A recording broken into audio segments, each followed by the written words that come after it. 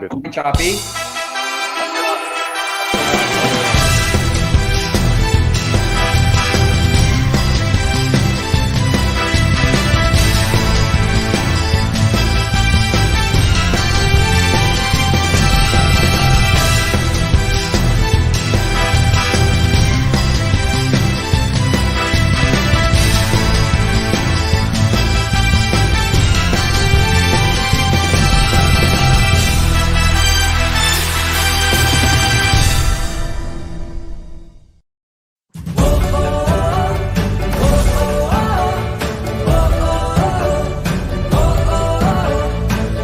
Bagong laban ng bayan, bagong tapang ang kailangan. Sama-sama nating simulan, higitan ng nakasanayan. Bumagsak man mula sa tuktok, hinubugad ng mga pagsubok. Handang-handa na muling lumaban sa bayang to, walang iwanan. Ngayong nagbago ang mundo, iba na rin ang laban mo. Nasa'yo ang bagong tapang, tara na't isigaw. Hinebra ako, Hinebra tayo, may kasama ka sa bagong hamon. Hinebra ako, Hinebra tayo, may bagong tapang sa One Hinebra Nation. Matapang ako, matapang tayo, may kasama ka sa bagong hamon. Matapang ako, matapang tayo, may bagong tapang sa One Hinebra Nation. Baguhin ang nakagawian, pagpapakumbaba ang panlaban. Kakayanin natin ang lahat, pagkat tayo'y may bagong tapang. Matapang ako, naturadak, uragon ako, isubang ko. Hinebra Hinebra tayo. Hinebra ako, Hinebra tayo, may karamay kang di mang iiwan, matindihan man ang laban. Hinebra ako, Hinebra tayo, may bagong tapang sa One Hinebra Nation. Matapang ako, matapang tayo, hindi aatras sa pagharap ng bukas. Matapang ako, matapang tayo, may bagong tapang sa One Hinebra Nation. May bagong tapang sa One Hinebra Nation.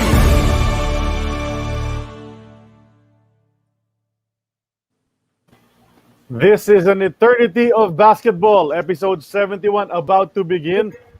And we'd like to remind everyone that we are a part of the Globally Ballin Network. And on the Globally Ballin Network, there's a new network show. It's called Who the Heck Are We? Where a bunch of our young friends give us sports opinions and stories. You can catch that on the Globally Ballin Network. Abangan nyo po yan. Who the Heck Are We? Of course, Cassie G is with her show Hang Time and her latest guest, Joe Maraginot. Catch that on YouTube as well. That's also part of the Globally Ballin Network.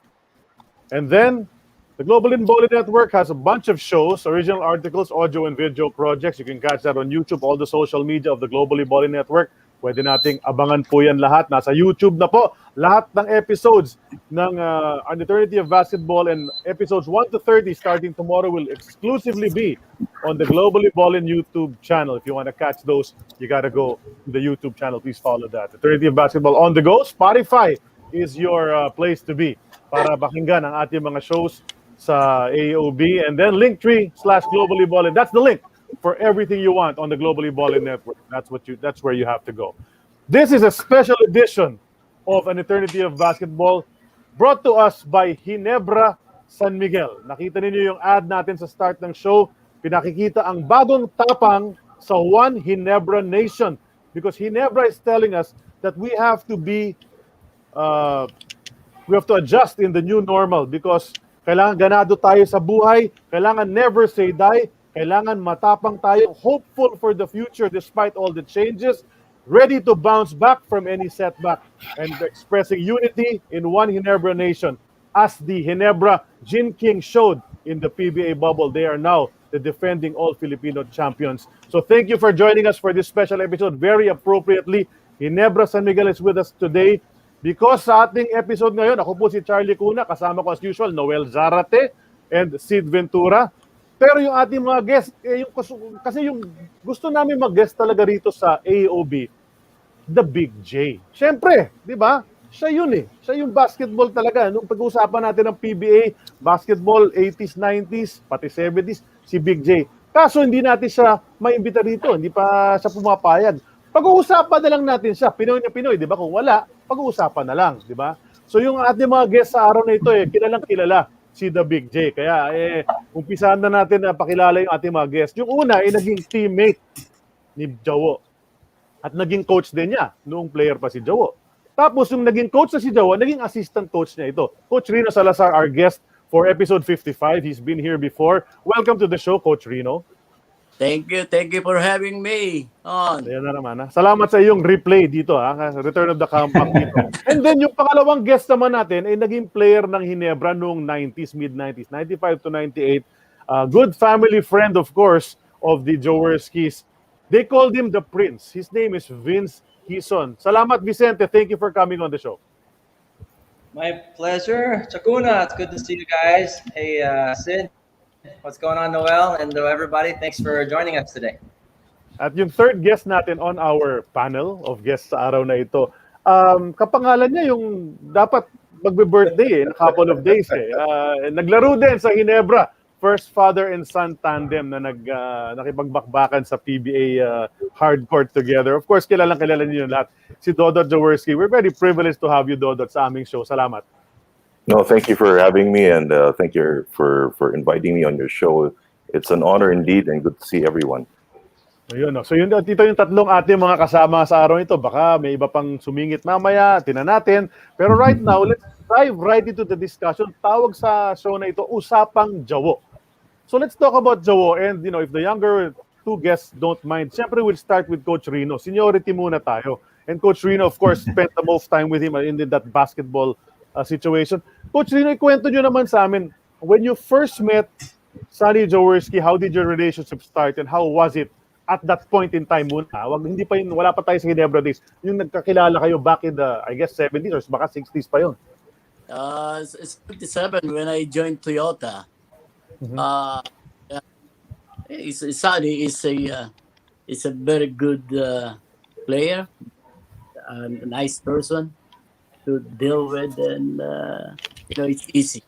Dali naman siyang kausap, pakisamahan. So pagdating do sa team, of course we look at him as a leader, and alam mo naman si Coach Sonny, pagkadating sa game, idolizing mo siya dahil he give all his best every time he play. So matagal ang pinagsamahan namin sa Toyota, and up to the certain point that naging assistant coach ako ng sa Toyota, and then after that kahiwalay kami sandali, and then we join each other, and thanks for his tulong na ginawa niya sa akin, at kinuha niya akong assistant coach in 1986. So I would like to thank his trust and confidence in me. Coach Rino, hindi naman totoo na magpinsa kayo ni Coach Sonny, kaya kaya nasama ka sa biyahe niya, Salazar din kasi middle name ni Coach Sonny. Iyan, magagalit si Dodot. Yeah, but you're right. My dad's middle name is Salazar. Yeah. Natanong na nga natin kay Coach Rino kung magkamag-anak. Sabi mo, baka very, very, very, very distant. Pero maganda naman pinagsamahan ng dalawa. So parang magkamag-anak na rin talaga. Di ba? Coach Rino, follow-up question. Nasa Toyota kayo, siyempre, sikat na yung Sonny Jaworski. Yung nagsama kayo sa court for the first time, you saw the way that he plays, no? Medyo rough and tumble talaga, nakikipagbakbakan si Coach Sonny. What stood out for you sa kanyang style of play when you first joined him? Well, Sonny is the guy that always, study his opponent. Kasi pagka if you're guarding somebody like Sonny, he always with a guy, one of the dominant player on the other side. He knows already where he's gonna put pressure on him. When he's in a certain place, or he's the guy is guarding, is in a certain place where he can score, he gotta put tremendous pressure on you. Hindi ka bibigyan ng pong niya na para, maneuver mo siya or maiwan mo siya. He's always there in front of you. That's the attitude. That's kind of your hassle that no coach can teach you. It's through sheer will. That's how Coach Sonny played. Noel. Banggitin ko lang, actually, Coach Rino. Go ahead, Sid. No, Go ahead, Sid. sorry, very quickly lang. Just Coach Rino, one of your former teammates in Toyota is watching right now, and he says you're a good man. He enjoyed playing with you. Andy Fields is watching the show right now. Wow. Andrew Fields. We miss you, Andy. Siyempre si Andy naging guest na rin natin yan dito. Sige, Noel, go. Yeah. I want to ask naman, I'll go to Vince right now. No, Vince, you actually started your PBA journey with Pure Foods, then you wound up with Ginebra. What was the first day of practice like, knowing that you were going to be under Coach Sonny Jaworski? What were your thoughts going into your head when you first attended your first Ginebra practice? Well, the first day alone, I really felt like I'm home. It really felt like I was being welcomed into a family. And, everybody treated each other. Of course, we rib each other a little bit, but, we know already who's our father. Our father there is Coach Jaworski, and all of us are his kids. And we kind of just, do what he wants. And, he really made it a very welcoming type of atmosphere. But when practice started and it was time to work, we really worked hard too. So, I mean, there was that off the court, on the court balance, which was really nice. Did he welcome you in your first drive when you tried to drive against him? Nabigyan ka ba kagad ng karate chop or something? No. I got welcomed actually a few years before that. Actually, I call it my brother, Dodot. And by logic, if Coach Rino Salazar and Coach Sonny Jaworski are related because of the Salazar, Dodot and I are also related. Dodot's middle name is Vincent, so maybe, I don't know. Anyway, just kidding. When we were still in Ateneo, there was a time we were on the training team because we couldn't play yet because we transferred from the U.S. So he invited me one time to a practice. He goes, "Hey, you want to practice with Ginebra? We're just gonna do like the warm up and stuff." And I was very much welcomed into that practice via a sandwich of Sonny Cabatu and Chito Loizaga. I was part of it. So, but Coach Jaworski was really nice. Again, he wasn't the type of person who would really he's not trying to physically hurt you, but he's just trying to make your life hard, especially on defense. So, I mean, he was just really nice to me. It must have been growing up in the Jaworski household, though. That must have been eye-opening for you. When did you learn that your dad was this iconic superstar when you were growing up? How old were you then?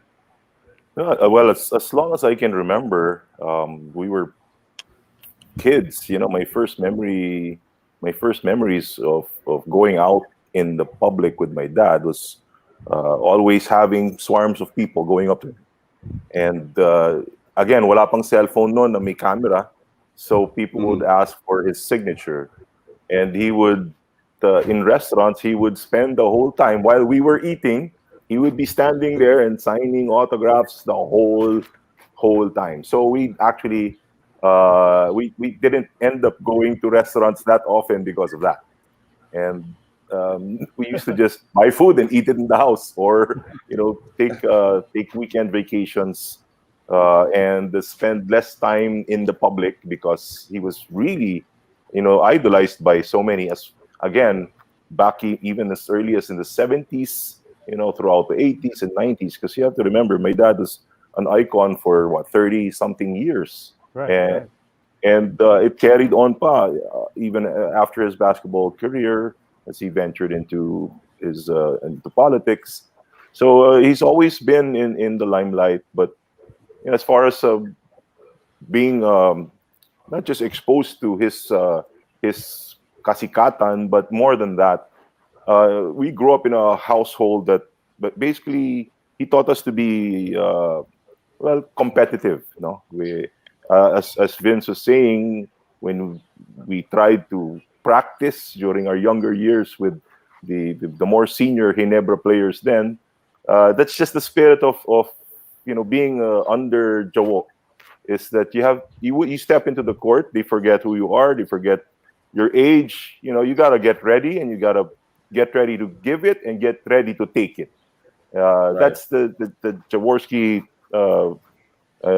thought and feel and thinking. So I think a lot of us who played under him, learned a lot. And people usually look at my dad and they say, "Ay, madumi maglaro yan." Pero when you look at my dad and how he plays, he is rough and tough. But sabi nga niya, as he has been quoted many times, kung ayaw mo masaktan, mag-chess ka na lang. Diba? I'm sure you guys have heard that before. Of Yeah. course. That's my dad. Diba? Ganun talaga. Oh, he was such a rock star, no? So you were watching all these signatures the autographs that he was signing and all of it in the restaurants. And then you were probably maybe 6-7 years old pa lang at that time. So you're looking at this father of yours as some sort of a rock star, some guy that he's so popular and all of that. How did you feel? I mean, your classmates, maybe their fathers, their elder brothers were really idolizing your dad. Did you feel some sort of parang, wow, anak ako ni Sonny Jaworski, no? Parang, did it give you that sense of pride when you walk around? Were you playing already basketball with your classmates at the time? And would you try to imitate your dad? Oh yeah, definitely. It also put a lot of pressure. I remember grade school, I used to go to San Agustin in Makati, where they used to practice. So after school, I'd go to watch the practices in the San Agustin Gymnasium. And it was always fun. But it wasn't fun when they had the game. Because the next day, pag panalo, mayabang ako pumasok. Pag talo, ayoko pumasok. Kasi kinakasya. Oh, nga. And during that time, 80s, so height of the Crispa-Toyota rivalry. And again, either you love Jawo or you hated Jawo, 'di ba? Ganun yung mentality nung araw. So going to school was good the times na panalo ang Toyota. Pero pag natatalo, ayoko pumasok noon dahil grabe yung kansaw noon, 'di ba? Grabe. Yeah. But it was fun. It was fun. I had to face it. But again, those experiences also, made me tougher, I guess, in the long run. Dodot, did you ever get into fights, with classmates who, didn't like your dad or weren't cheering for your dad? Anti-Toyotas or anti-Ginebra? Marami namang dating mga who wanted to try to fight, no? But my dad naman taught us always to be cool-headed, level-headed, and you don't just throw punches at people. So again, that's another side of my dad that no one knows, di ba? Kasi inisip nila, on the court, tough guy. But, yung pangaral niya naman sa amin is for us to always maintain our cool, be level-headed, don't do something that you might regret, and you always think of the consequences of your actions. So, thank God, hindi naman ako nakipag-away ng talagang suntukan. Asaran lang, the normal kids will do. Pero sa suntukan, swerte rin ako kasi malaki ako sa mga classmates. Yun ang sasabihin ko eh. Malaki ka rin kasi talaga. So, ilang din sila eh. Tapos anak ka pa ni Jawo, so parang, di ba? Iba yun eh. That's Kay right. Coach Rino naman, I'm sure nung nagkakilala kayo ni Jaworski, did you hit it off immediately or may insidente rin ba kayo sa practice dati nung nasa Toyota kayo na kayo nagbabantayan, nagbibigayan din kayo? Di naman. Basta pagdating sa practice, you have to practice hard. You know? Ganun talaga yan. Pagdating doon sa practice, para madala mo yun doon sa game. Ganun din kami. You have to be competitive also during the practices. Yeah. Pero Coach Rino, Coach Rino, si Sunny ba, when you joined Toyota, was he the undisputed team leader? Siya ba yung nakikipag-usap sa teammates before the game? No, ito strategy natin. During the game, siya ba yung humihila sa inyo para magbigay ng instructions, motivation? Ganun na ba siya nung bago ka pa lang sa Toyota? Yeah, there are times na ganun siya. But of course, yung binabayaan nyo doon sa head coach yung mga decision na yun. But pagkakailangan tumulong siya, tutulong siya, magsasalita siya about something. Coach Rino, may comment ulit si Andy Fields, sabi niya, Coach Sonny was one of the best point guards he's ever played with, and he's played all around the world. He's a little older than you, more experienced when you joined the team. What were some of the things that you learned from him, from a basketball standpoint, playing the same position as him? Yeah, Coach Sonny is, kumbaga sa ngayon, ang kailangan mong player yung flexible, di ba? During that time, Coach Sonny is already a flexible player. He can play guard, he can play center, he can defend the big man, he can defend small guys. That's how it is. He's really good. And during our time, talagang makikita mo yung leadership niya, at saka makikita mo pwede siyang dumipensa sa mga sentro. Point guard pwede rin siya. So very very flexible player. Yeah. Charlie. Oh, well, Vince, I'll ask you something. Obviously, you were friends already with Dodot in college in Ateneo, so you had already gone to the house. You had met Sandy Jaworski before you became one of his players. What was your impression? When did you first hear about it? Because I know you were in the States. Did you know of him already before you came over back to the Philippines? What were your impressions of the Big J? Yeah, I've heard of him a few times before I ever stepped foot here. So I knew he was huge. They said he was the Magic Johnson of the Philippines. I'd never seen him play, but I heard Magic Johnson. That's my favorite player from one of my favorite, definitely my favorite team. So I said, hey, I like him already without even meeting him. But when I got to meet him, I mean, again, such a humble and down to earth person, and Dodot and I did spend a lot of time in their house, because I actually lived right around the corner from them when I first arrived at my tita's house. So it was quite easy just to pop over. We won't say how I got there, right, Dodot? But let's just say I got there. Yeah, I had a scooter. We'll just leave it at that. They're just a cool family, and you could talk to them about anything, and very personable. And if they weren't as big as everybody tells you they are, you would never know it, because they're normal. They're not like I'm up here and you're no. Everybody is the same, and I think that's one of the great traits that they also have, is just they're so humble, the whole family, and they really impress upon you that they're no different than you, and I really like that. Vince, I've been hearing stories about the Sonny Jaworski's coaching style, that he treats everybody na kanya-kanya. He doesn't address everybody as a group. He come up to you and actually pagagalitan ka in his own special way. So paano ka napapagalitan? How did Sonny Jaworski scold you when you were a player? Did he binubulungan ka ba, or would he shout at you, or would he do that to someone else? Kayo?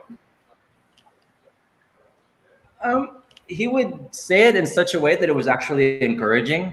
like during my first year, there were times because I guess just the way I played at that time where maybe I didn't shoot shots I should have shot, or maybe I didn't go hard enough on defense that I should have. And he would just say, come on, Vince, you got to go harder. You got to shoot that shot. After a while, it didn't take me long. After a while, he would look at me because maybe I was taking too many shots. But anyways, Yeah. But anyways, I had, he would do it in such a way that, it's like, come on, you can do this. You can work harder, stuff like that. Those are the types. That's how he would really interact with me. Other guys, it was a little different, I guess. But I don't know how they took it. Because he would really, like Coach Rino would say, he would study everybody and everything. And some people take things certain ways. You can talk to me derecho kasi galing States. Other guys, they would sort of talk to him in a different way. So he would really study the proper way to get through to that player and always bring out the best. That's, again, one of the things that Coach Jaworski is known for, is bringing out the best in his players. And, I'm living proof of that. I mean, who was I before I got there? And all of a sudden, Hinebrang Hari, pero si Vince ang Prince, diba? So, wow. That's right. Pero si Dodot naman, Dodot, di ba you mentioned earlier about yung mga wins and losses, no? Pag panalo, yabang mo sa school the next day. Pag talo, parang medyo, nakakailang. How about at home, when your dad would come home after these games? Would he bring home the losses? Masungit ba siya pag uwi niya? Pag nanalo ba, yabang niya pagpasok sa bahay? Kasi syempre, how was it? And would he talk to you about the game? Nasaktan ba siya? May sinaktan ba siya? Yung mga ganon? When we were kids, basta ang alam ko lang, naalala ko, pag uwi ng dad ko noon, unahan kami na magtatanggal ng sapatos niya. Kasi uwi siya noon na hindi pa siya nakabihis. So suot niya pa yung Chuck Taylors nung araw, nung Converse na Chuck Taylors. Yeah. Masambasa ng pawis yun, alala ko. Pero kami mga anak niya, pagdating niya, unahan kami mag-aalis ng sapatos niya. But, I mean, that was... My dad kasi has always been a family man, and for him, that was his way of sharing the game with us. That's how he took the game home. He did not come home and, get mad at us or scold when it came to whether he lost or won a game. Of course, we'd be watching at home, so we'd be expecting him to be happy or sad, because he is human. He's got emotions, but again, it was always when he got on the court, he stepped into the court, he was a machine. But when he got home, he was Jawo, the family man. That was the way he treated us always. So I'm very, very thankful that we have a very loving father, and that's why talagang kami.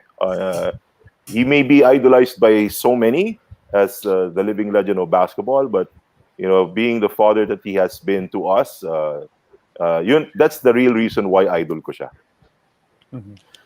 Great. And How Coach often did Rino. you... Sorry, go ahead, Sid. Go ahead, Sid. No, Yes, Sid. I wanted to ask, Dodot, how often did you watch games live back then when you were still a teenager? It would be very difficult kasi palaging people would ask him for tickets, and he had a limited number of free tickets, friends and some fans. So kami, pag merong mga sobra, that's the only time we'd be able to watch, which was a very, very nice treat for us. So we did enjoy it, no? But ako, medyo maiba naman ako noon. So excited kami noon when we were drafted. I was drafted in 95. Vince was drafted the year before. He joined another team. Then he moved to Ginebra in 95 as well.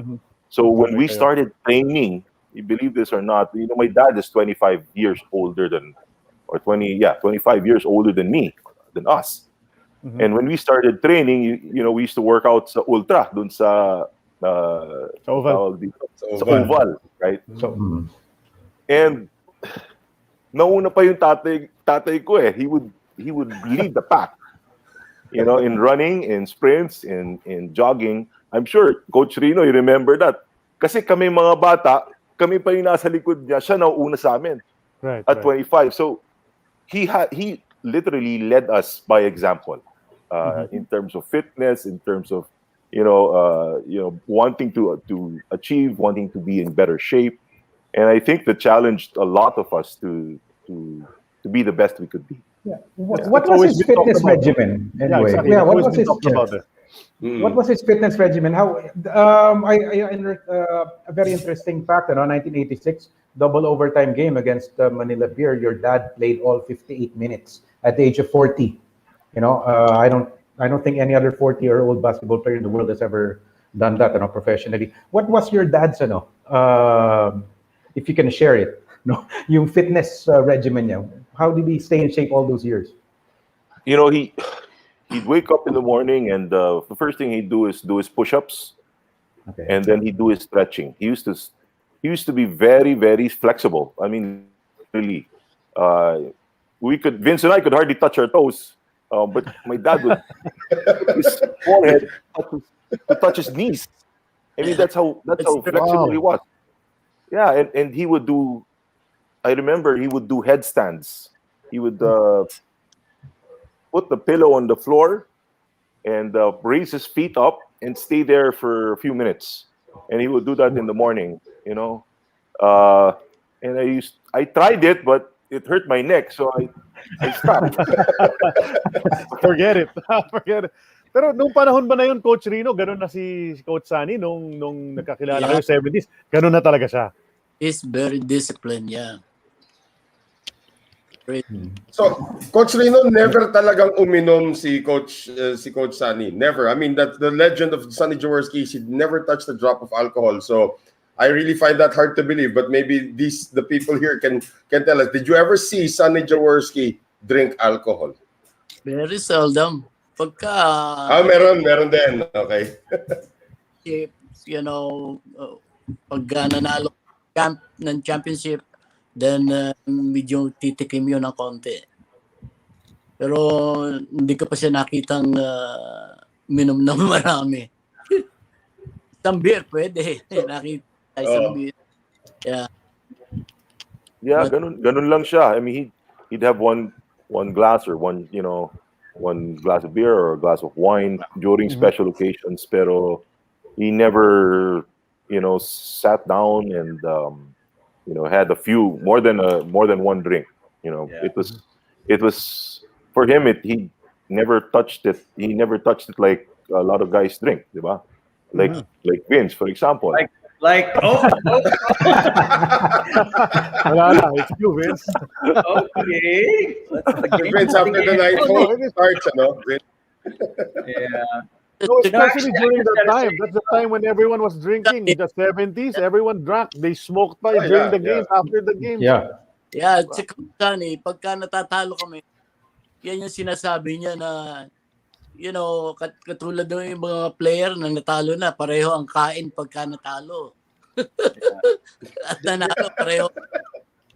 There was one time where we had a dinner. I think it was after a championship. I think it was like one of the Japanese restaurant. And they made Coach try. I don't think he'd ever had sake, the hot sake. Sake. So he had. I think he tried one. I think Dodot remembers this, and because I was in the car when we went home, he was just laughing the whole time. And Dodot and I are looking at him like, is he affected by the sake or what? But he's definitely a happy. Tumama na agad. I just need to read that. There's two comments that just posted now. One's by our usual top fan Tony Valenzuela. He reminds us that your dad Dodot used to promote Cerveza Negra. May ad yata, may print ad, saka may TV commercial na Cerveza Negra. But he didn't actually drink much of it, right? But he was endorsing it. Okay, and then the other one is, so hindi umiinom ng Hinebra si Coach Jawo? Yan ang tanong ni Daniel Castillo. That's really something worth talking about, because my dad has been with Hinebra or La Tondena for that matter for a very long time, but he promoted the alcohol, the brand, but he didn't drink it. He never drank. Ganyan kalakas yung Yeah. appeal niya na he just holds the bottle, then everyone wants to hold it too and drink it up. Hindi nila nakikita na hindi naman siya gumagano sa ad niya eh. Hawak lang niya gano'n, di ba? But, Right. And but then did he ever... he also endorsed Yeah. Jubilon E+. Yun, tatanong ko, did he ever take Jubilon E+? Oh yeah, he did. Yun naalala ko yun. Saka alam ko Timex, may Timex commercial. Timex. Timex. Timex, Sa syempre yung what? Yeah, Toyota Macho Machine. Naalala niyo pa ba yun? Toyota Macho Machine. Siyempre. Yep. Macho machine, lakas sa gas nun. Lakas sa gasolina nun. No, yeah, just to comment, I think si Coach Sunny was one of the really first big celebrity endorsers noon na athlete, Na atleta. Oh, na athlete, di ba? He was yung Q rating niya was really really very high, late 70s up to the 80s, Ang dami niyang in-endorse na products. I'm still trying to remember right now, aside from Jubilon and Timex and Toyota. Pero there were several, di ba? And aside from that, he also lumalabas na sa mga TV shows si Coach Sunny, di Sitcom ba? pa sila, May sitcom, panahon ni Coach Rino yan, alam niya yan yung may sitcom pa sila ni Francis Arnaiz, di ba? Yeah, Prit Foul. Yoyong Martires. Yoyo, kasama nila, di ba? Pero that's the entertainment side ni Coach Sunny. Pero yung all business side niya was on the basketball court. Coach Rino, may mga gulo nung 70s di ba? Gulo, away, Crispa, kung sino-sino, suntukan and everything. Anong naalala mo kay Coach Sunny pag nangyayari yung mga ganyang situation na nagkakasuntukan na, yung siguro na talaga? May naalala ka ba na nasa is he in the thick of things? Umaawat ba siya o nakikipagbakbakan ba siya? Anong memories mo doon? Umaawat na sumisimple. Lagi siya doon sa umaawat siya. Pagdating doon sa awayan, nakita mo naman, hindi naman siya nanununtok doon sa sa court ng kapwa niya player. Pwede, yun sa referee. Iba yun, nauna yun. Iba na yun. Kasi ang daming picture, Coach Rino, taga-awat ka ni Coach Sunny, sisigaw siya, tapos ikaw yung unang-unang humahawak sa kanya. I mean, was his temper really that bad during the game o talagang the switch just goes off? Kaya ako umaawat. Pag galit ako, siya naman ang umaawat sa akin. Palitan lang But did he have a temper? May temper ba si Coach Sunny, Coach Rino? Then I'll ask Dodot also after, pero si Coach Rino muna. Oo, kasi siya, ine-explain niya sa mga players yan Even in the practice, tinuturo niya sa mga players. He always explain it first for them to believe it and then for them to do it. Kaya pag nalaman ng mga players na it's really necessary or kailangan niyang gawin because it's right to do it, then yun ang yun ang ginagawa niya sa mga players. That's why yung mga players namin, nakita mo naman, wala kami mga superstar, but they're all role players. They know when to take the shot. If they're open, they're free to take the shot. You don't need to force your move. You don't need to force your shot. Yung mga those are little things that naman malaking tulong na nagawa doon sa mga players. So nando sa isip nila na every now and then Coach Sunny will tell them exactly what for them to do, and then lagi niyang ini-emphasize yun. Yeah. Pero sa inyo sa bahay, kung ganun sa Coach Rino as a player, as a coach also, sa bahay naman, Dodot, you said he's a great father, very loving to his children and all of that by example. But what pissed him off? What would trigger him na mainis? What upset Coach Sunny? Well, my dad is a guy who did not settle well with mediocrity. He did not like it when he or his kids or even his players, for that matter, were not living up to their potential, their full potential. So he, magaling siya pumasa ng tao. Magaling siyang, he likes to read people and see what they're capable of doing. And it upsets him a lot if he knows that whether it be his player or his children, if they don't achieve their full potential or if they're not living up to their full potential.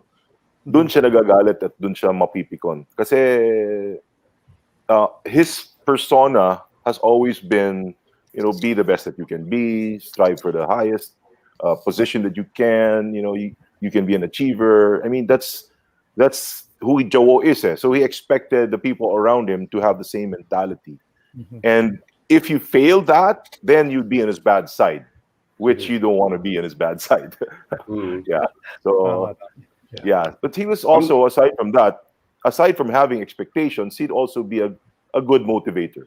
He pull you aside and talk to you and sit down and explain things to you and try to make you believe in yourself, make you believe that you can achieve, make you believe that there are greater things in store for you, but you have to work for it. That's the core of everything that he's always pushed for. You only achieve kung you work for it, if you work hard for it, and if you dedicate yourself to it. I'm dying to know what kung ano yung pinakamalalang sermon na inabot ni Vince Hizon kay Sonny Jaworski during your days at Ginebra and Gordon's.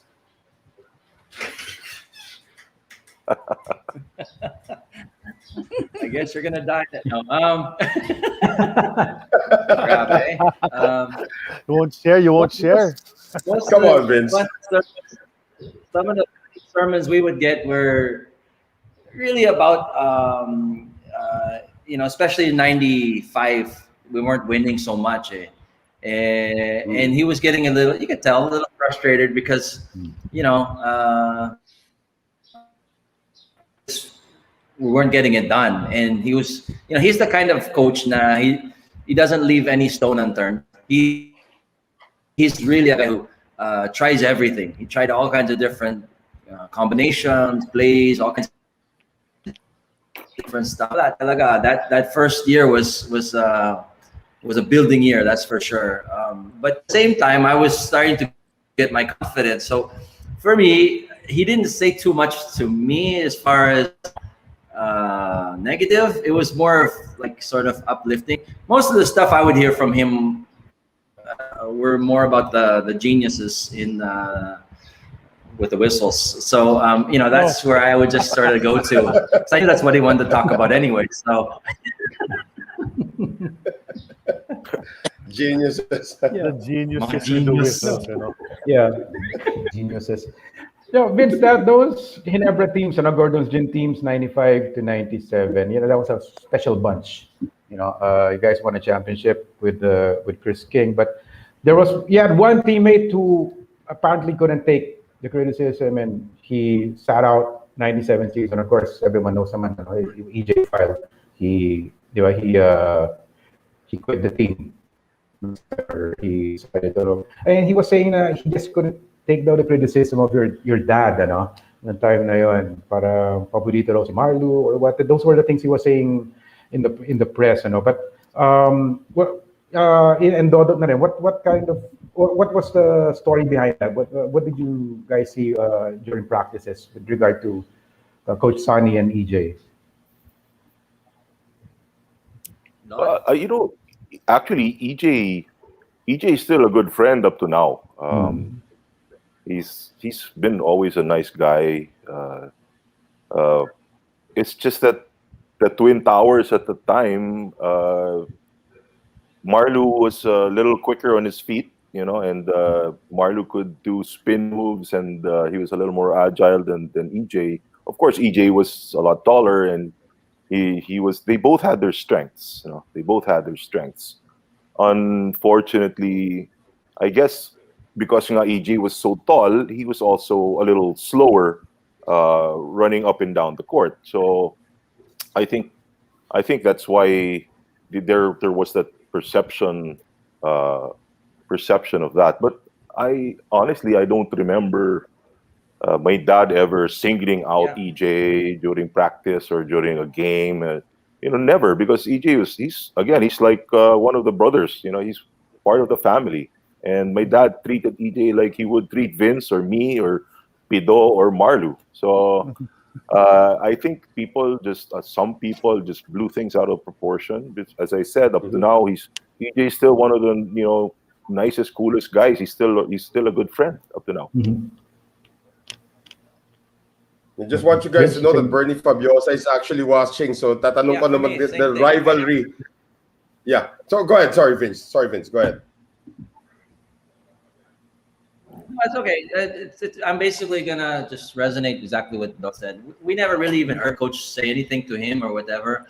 But again, it could have been just a media sensational whatever story.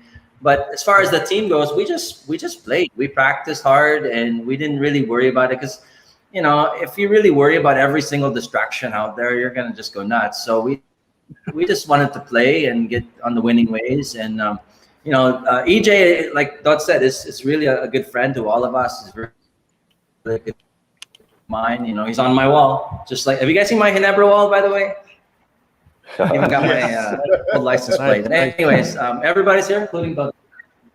That's why I chose this part of my house. But anyways, we're like brothers. I mean, we see each other. It's like guys who go into battle in the army or whatever. We went to battle with each other, and we kind of went to war, and somehow we came out on top. So we look at each other with respect and friendship and camaraderie, and that won't ever go away forever. Mm-hmm. Well, I'm going to go back in time, speaking about friendship and camaraderie, back to the Crispa Toyota days, Coach Rino Salazar. Did you guys, si Coach Sunny ba, every time he would go up against Crispa, would it be parang personal sa kanya na Crispa itong kalaban natin, bawal tayong matalo? Wala, may ganun ba? Does a switch turn on kay Coach Sunny pag Crispa to, iba dapat ang level natin dito? Of course, to the whole team too. Kasi Crispa Toyota yan eh. Not only Coach Sunny, but to all of us. Kasi pagkakuan, that's a very, special, always a special game. You have to treat that as a championship. Playing against each other. Oh man, that's something else. Did your dad ever tell you stories about that? I mean, like going up against guys like Atoy Ko, what Bernie Fabiosa or Joy Jonicio would do to him. Did he vent to you about some Crispa games when you were growing up? What I remember is that every time my dad would play Crispa at the time, he would put himself in a zone because he knew he was going to war. These guys in Crispa, they were very, very competitive. They wanted to win as much as my dad wanted to win. So the respect of my dad for these guys was always there. He always took them, seriously because of the high level of competition that they brought onto the court. So actually, when you look back at the rivalry, I think it's also Crispa that brought out, the never say die of my dad. It's because of their competitiveness that my dad had to, bring out his best game on the court all the time, every time they faced each other. And, when my dad used to go to practice and he used to bring us, he had fans that would watch his games and go to practice. And his fans would show up, basag yung muka, literally. They had bruises on their face, the black eyes, bandages. Because nakikipagsuntukan yung mga fans ng Toyota sa Crispa and vice versa. So when my dad went to court, he was not just playing for himself. He was playing for these guys who were cheering for him. Yes. And fighting for him, literally. And fighting for him. So growing up, talagang yun yung he made us believe and know in our hearts that whatever he has achieved, whatever pinapakain sa amin, whatever he fed us, is because of the fans. It's because of these guys who came to practice, bleeding because they were in a fight the night before, because they were trying to defend the team or my dad or their honor, fighting and arguing with other guys. That's how bad the rivalry was before, diba? Ganun kalala. Yeah, it was personal, very personal. I just want to ask a question to Vince. I mean, Vince, you're known as one of the most amiable people in basketball, even when you were playing. Did you pick up anything from Coach Sunny? Well, I'm saying that because Vince is here, but did you pick anything up from Coach Sunny about being more amiable, being more connected with the fans? Probably that's the best word to describe it. because he was such an enigmatic figure, and I think the whole Ginebra team had to imbibe that also. Did you pick up anything? Did he give you any tips, or did you see something in him that I gotta do this because Coach Sonny does this so that I can be closer to the fans? You know, I have to give respect to two people right now, especially. You know, I was very, very, very fortunate to play with two huge legends. My first year when I played with Pure Foods, I was with Alvin. And Alvin was the kind of person, he was really, you know, going to the fans. And, you know, he was the kind of guy that was very good with the fans as well. You know, he would always take the time to deal with them, to, you know, take pictures with them and all of that. So, you know, big props to Alvin on that. But when I got to him, or whatever kind of fellowship that Coach Sonny had, it was different there. You know, he would tell us sometimes, you know, if they're willing to come to you, like, you know, if they're, you know, because let's face it, Filipinos are very shy. If they're willing to come to you, it's the very least you could do to, you know, reciprocate that effort, that honor by, you know, doing your best to make them feel that their trip was worth it. You know, take them, you know, shake their hand, you know, take a picture, you know, sign the autographs, do whatever they want, because, you know, they're real people. And a lot of them, you know, especially in our games when it was really crazy, would come from everywhere. I mean, they would travel hours by bus or, you know, every kind of, some guys even came by boat, whatever it was, they would come just to come see us. So, I mean, the very least we could do, we learned this from Coach Jaworski, is to spend time, to really make time, and to make sure that they felt that they're welcomed, and that their efforts were worth it. Because again, you never know when your paths might cross again. So you might as well make the most out of all of it. So that's one of the big things I learned from Coach. I just want to Thanks share for that question, Noel. I said it. And I like the way Sorry, it took me a while to phrase that, but you know, before I send it back to Charlie, I just want to share a story that JV Gayoso told me about. Jaworski taught him about the power of the hand. You ever hear that story? The power of the hand, where all Sonny Jaworski had to do was put up his hand. It was to acknowledge a lot of people kahit na hindi sila makalapit sa kanya. And JV, this is something that touched JV, because JV would actually also use his hand to, I don't know if JV got the same effect, but he would also use this hand to just acknowledge the fans around him. So I don't know if that story rubbed off on you, but that was what JV said about what he learned from Sonny Jaworski is just all you have to do is raise your hand. You make people happy already. So I don't know what JV used his hand for, but he just told me that story. maybe that's part of the karate chop. Wax on, wax off yun. Charlie. Yeah, speaking of JV, you know, if you've for all the followers here, and when I guess Dodot Vince on the ESPN5.com website, we've been posting articles about Sonny Jaworski, 7 articles leading up to his birthday, which is on Monday.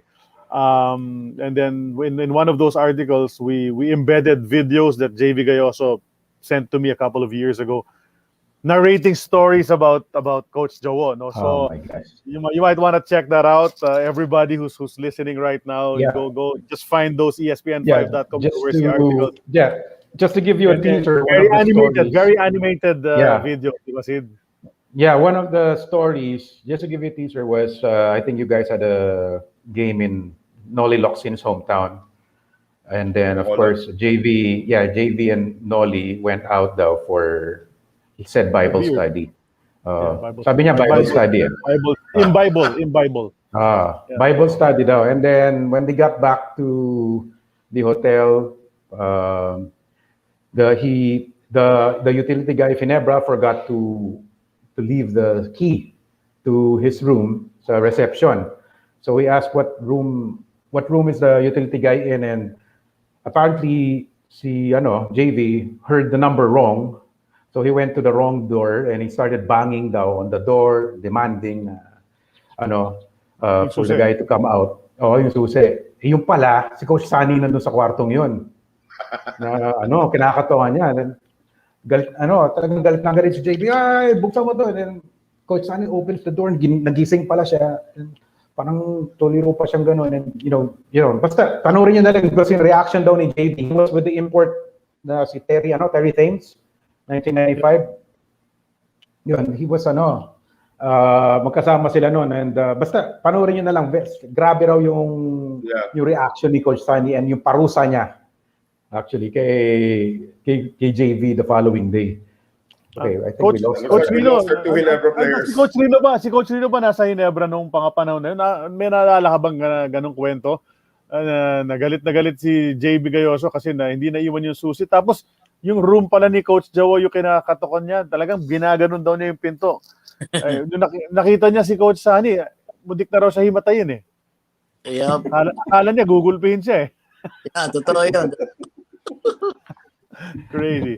That's a crazy story. Akala raw ni Coach Sunny, may earthquake or may sunog. May sunog, yeah. Akala niya kaya sa ginigising. Kinabahan siya kaya bumangon siya kaagad. Yung pala si JB Gayoso lang pala, kamaling kinatukan na pintuan. Kabuta mo ba yun, Dot, si JV? Yeah. I wasn't there at the time, but I remember that story very clearly. Kasi I still see JV.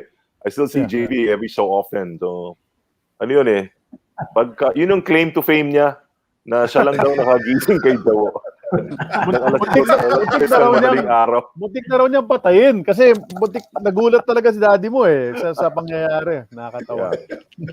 Yeah, that's a lot of I'm sure you guys have a lot of crazy stories, especially on the road and all of that nung Ginebra days ninyo. Yeah. Pero I want to ask Coach Rino, nung siyempre assistant ka ni Coach Jawo, there were some games na you'd take over pag wala siya or whatever, but yung samahan ng Ginebra at that time, how did Coach Sunny Jaworski make the team as solid as it was? Anong mga team building na ginagawa niya? Meron ba mga constant team meetings ba kayo? Mga ganyan. Anong style niya doon, Coach Rino? You always, talk to the players. And it's very close also doon sa family ng mga players. That's why, we're just like one family. Doon sa grupo namin. Kaya lahat, nakakausap niya. Pati yung mga asawa ng mga players. Sinasabihan niya yung tungkol doon sa mga players. Sometimes yung mga asawa ng mga players, pagdating sa bahay, kita mo yung frustration nila. Whenever, lack of playing time and everything, those are little things na magaling si Sunny. Na kinakailangan mako-cover mo yun eh. Na for you to build up a good team. Yung team namin, solid yun. Sama-sama kami. Para kami pamilya. Yun ang maganda doon. Nanalo kami, nanalo. Natalo. Lahat tayo sama-sama. Wala tayong sisihan. Wala tayong kwan. Baya sa susunod, you learn from our mistake, drawing board, and then see what we done wrong. Tapos, let's improve. Yun lang yun eh. Yun, doon siya magaling. Magaling si Sunny doon sa building up of the team. Well, Coach Rino, I just want to go back also in time, and I'm sure Dodot can actually share his thoughts also. The relationship of Sunny Jaworski and Ramon Fernandez. I mean, these guys were really, really good friends until such time na, nagkaroon ng rivalry between them. So, in your recollection, gentlemen, what was the Fernandez-Jaworski story all about? Well, for me, wala namang laking issue yun eh. It's only the media that make it bigger. I don't know. Wala naman silang pinag-awayan dalawa eh. Pareho naman silang maayos sa tao. And then what I don't know why what those napalaki lang ng media yan. I don't know. Pero ako, sa alam ko, wala naman silang pinag-aawayan. Dot, your version? Yeah, about you? Honestly, I don't remember anything personal. Between them. I whenever my dad would see him, it was always cordial. Kasi growing up, friend, I remember they used to have a Toyota quarters in Bel Air. You know? Correct. Yeah. And I would see Tito Mon. You know, we used to call him Tito Mon. Even up to now, if I see him, I'll still call him Tito Mon because that's who he was to me growing up. You know, so I don't remember anything personal. My dad never said anything personal against him. And again, sometimes talaga the media blows things out of proportion. Gumawa ng storya, ito sinabi niya kunwari, and later on it's masyado ng malaking kwento na wala naman palang issue, you know. So That's right. Yeah. Yeah, si I have a Vince. question Vince lang. loves Wala Vince. si Vince. Oh, he's gone. Vince is gone again. Yeah, okay. Wala naman. I was Connection. about to ask him. Coach Rino naman. Si Coach Rino naman din, nawala rin. These are the technical problems we have. Nawala yung video ni Coach Rino. They're Oh, Yeah, yeah. yan silang dalawa. Yan silang dalawa. Alright. You know, Ayan. what You can ask we him plan Vince to now. do? He's there. Yeah. Ask Vince first, Sid. Go. Yeah, very brief question lang, Vince. You shared the story with us, your favorite Jaworski moment, for an article we did a couple of years ago. But I'd like to hear you tell it about this guy who ripped off his shirt when you guys were in Tuguegarao or Isabela, and this Yep. fanatic to the highest order. Can you tell us about that story? Yeah, well, I think it was 95, and Hinebra would have these promotional tours and guestings that we would go to for so many different things, and those were pretty much nationwide. I think Dot and I even went to a few places we probably wouldn't go nowadays, but anyways, anywho, so we were all the way. I think it was one of those really far north. I think it was Tuguegarao or something. And we were in like this coaster, and there was a time you're just driving along a provincial road. It's like rice paddies and all kinds of stuff. And there was like this one little part where there was like it looked like parang sari store and some kubo. And this guy just literally just walked out in the middle. He saw us coming because we had the police escorts in front of us, and he literally just stopped us all. And he had his bottle of Hinebra. It was about this much left in the bottle. And by the way, it was probably around 11 o'clock in the morning. Sold na siya. Ganun kaaga, sold na siya. And he had his shirt. He just ripped it off, and he went like this. And it just said Jaworski in tattoo, Jaworski forever. And then he drank the bottle and he threw it to the ground. I was like, man, this guy's. But they didn't shoot him. They didn't shoot him. The police guy, they didn't shoot him. Huh? It goes to show you talaga the impact of Coach Sunny on people. Yeah. To have that tattooed across your body, Jaworski forever. Yeah. And I for you wonder to if be that able guy- to drink Hinebra at 11 in the morning, that really shows Yeah. you how much. No, but that's very Yeah, Filipino. but- By the Yeah, way. if that guy is watching right now, if you're still around, if you're watching right now, please send us a photo. I'd really love to see what it looks like. Identify yourself. Okay, what Kung we're may gonna do cellphone right lang now? nung araw, kinuna na ni Vince yan eh. Exactly. Wala pang camera doon. What we're gonna do right now? We'll take, I had Just gonna take Phil and it had like barely any signal, analog. mahina pa ng panahon. We're just gonna take a short break right now just to remind everybody that we're part of the Globally Ballin Network. In the Eternity of Basketball, they have a new show called Who the Heck Are We? Some of our friends are hosting that one, so check it out on the Globally Ballin Network. Of course, Hang Time with Cassie G. Volleyball naman ang usapan dyan. Latest episode with Joe Maraginot.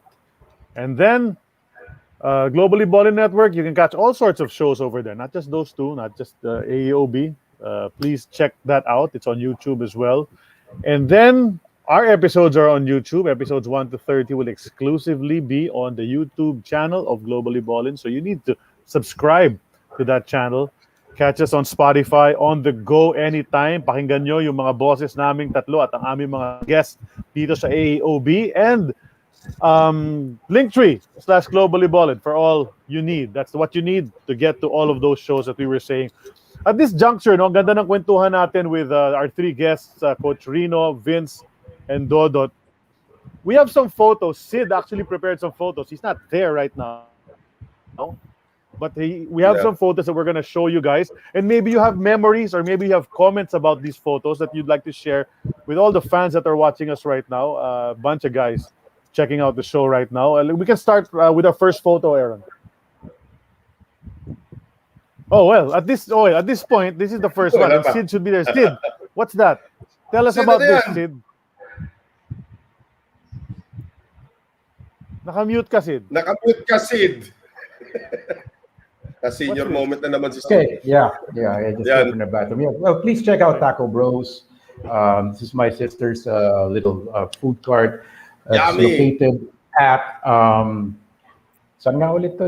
Yun, Super 8 Grocery in San Juan. Okay, they serve the really, really great Japanese food. And you can check out their Facebook page, Taco Bros PH San Juan. We're still waiting for our food to come so we can show you how good it is. But yeah, please. Taco Bros, thank you for sponsoring us. Please check it out. Yes, it's our food sponsor. Okay, let's move on to the basketball photo. Kakagutom naman yan. Yeah. There you go. And then this is just for everybody's consumption. Coach Rino, alam mo siguro to, naglaro sa Crispa si Jawo. Yeah, no, Crispa uniforms. Ano kwento dito, Coach Rino? Ba't naka-Crispa si Jaworski? Saan to? 1963. 1963, there was a tournament, I think, and then Crispa was able to get Sonny Jaworski to play with them. That's him on the front, right? Yeah. Nakababa then together with Jimmy Mariano. Jimmy Mariano. And in the back, the guy that the one that stands out here is Romy Diaz, the actor, the famous actor Romy Diaz was part of this team. Yeah. Dodot, did you know that na naglaro sa Crispa si daddy mo? Actually, no, I did not. Wow. Yeah, see, so now ganda ng photo na ito. We don't know the exact circumstances when this happened. This was a little before our time. Matanda na si Noel, pero nauna pa kay Noel ito. It's that old, yeah. And also, trivia, actually, Romy Diaz was once a UAAP MVP yata. He was a pretty good basketball player during his time. So you guys have no idea that Jaworski played for Crispa, Coach Rino? Hindi mo talaga alam to, ha? No. Okay, huh? Yeah. That's great. Well, I know people are going to tell us what happened here. So our friends, sila Tony, sila Jay Mercado, what's the story dito sa Crispa? We can go back to this photo later once we know the story behind this, but it's true and it's there in the photo that Jaworski is in a Crispa warm-up shirt. I don't know if there's a Toyota jersey under that. He was just playing undercover. He was a spy. Possibly. It says the 1963 Crispa basketball team goodwill. Kung 63 to, my dad would have been 17 years old. Yeah. So Coach Baby nandiyan fresh out of high school. He was probably in UE, so probably Crispa was the sponsor of UE at the time. There was actually a question earlier, Doc, before we went to the pictures. What was your dad's reaction when he found out you're gonna play for Baby Dalupan in Ateneo? Well, he was surprised. I was excited because I knew that Coach Baby was my dad's former coach during his college days, and he was also, of course, one of the greatest coaches in PBA history, with his stint with the Crispa Redmanizers at the time. So I was excited, and I don't remember my dad. He just told me that I just have to play my best all the time. That's it. Yeah. Right, kasi generations na yan but this is really a gem what we have here, this photo. Sino ba nakahanap to? Si Jay, Si Jay Mercado yata. Galing sa Coach Baby nga, if you think of it, na-coach na nga si Coach Sunny, naging coach din ni Dodot. So imagine the father, son, were under him. Okay, let's move on to the next photo. I don't know, I want to know who that import was also. Here he is in the Toyota days. Ganda ng forma, yung may patilya pa. Diba? Striped socks. Yeah. And I believe this photo on the right, that's one of the famous. Si Sindong pa ba yan? Shindong pa on yata the yan. right na Oo nga. binabantayan ni Yeah. Pero ABC selection Diba? si Yung Shindong mga pa sikat against the din, Philippines. which goes to show that your dad would really be one of the, because underrated defender, underrated defender si Coach Jawo. People talk about, orchestrating the plays, his passing, his three-point shooting, but as a defender, because he was a big guard with all those muscles and everything, he would guard the best players from the other team as well. Did he teach you guys about defense, Vince and Dodot? Ba't natawa si Vince about defense anyway? Huh? I don't Ano, know if I Vince, can bakit? tell you guys. No, just kidding. No, I personally had the opportunity of, because I'm also sort of a big guard. Every day in practice, I was guarding Coach Jaworski and he was guarding me a lot of the time. So I guess you could say I picked up a few of his tricks, studied his way of doing things. But again, he just plays rugged. There's a big difference between this and this. He doesn't do this, but he plays very rough, very rugged. And he always says, if you're gonna get a foul, you might as well make it count. So, Right. I agree.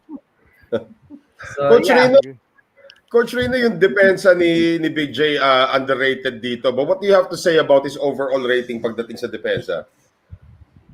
Well, si Coach Sunny pagdating sa defense, he's a very good stopper, defensive stopper.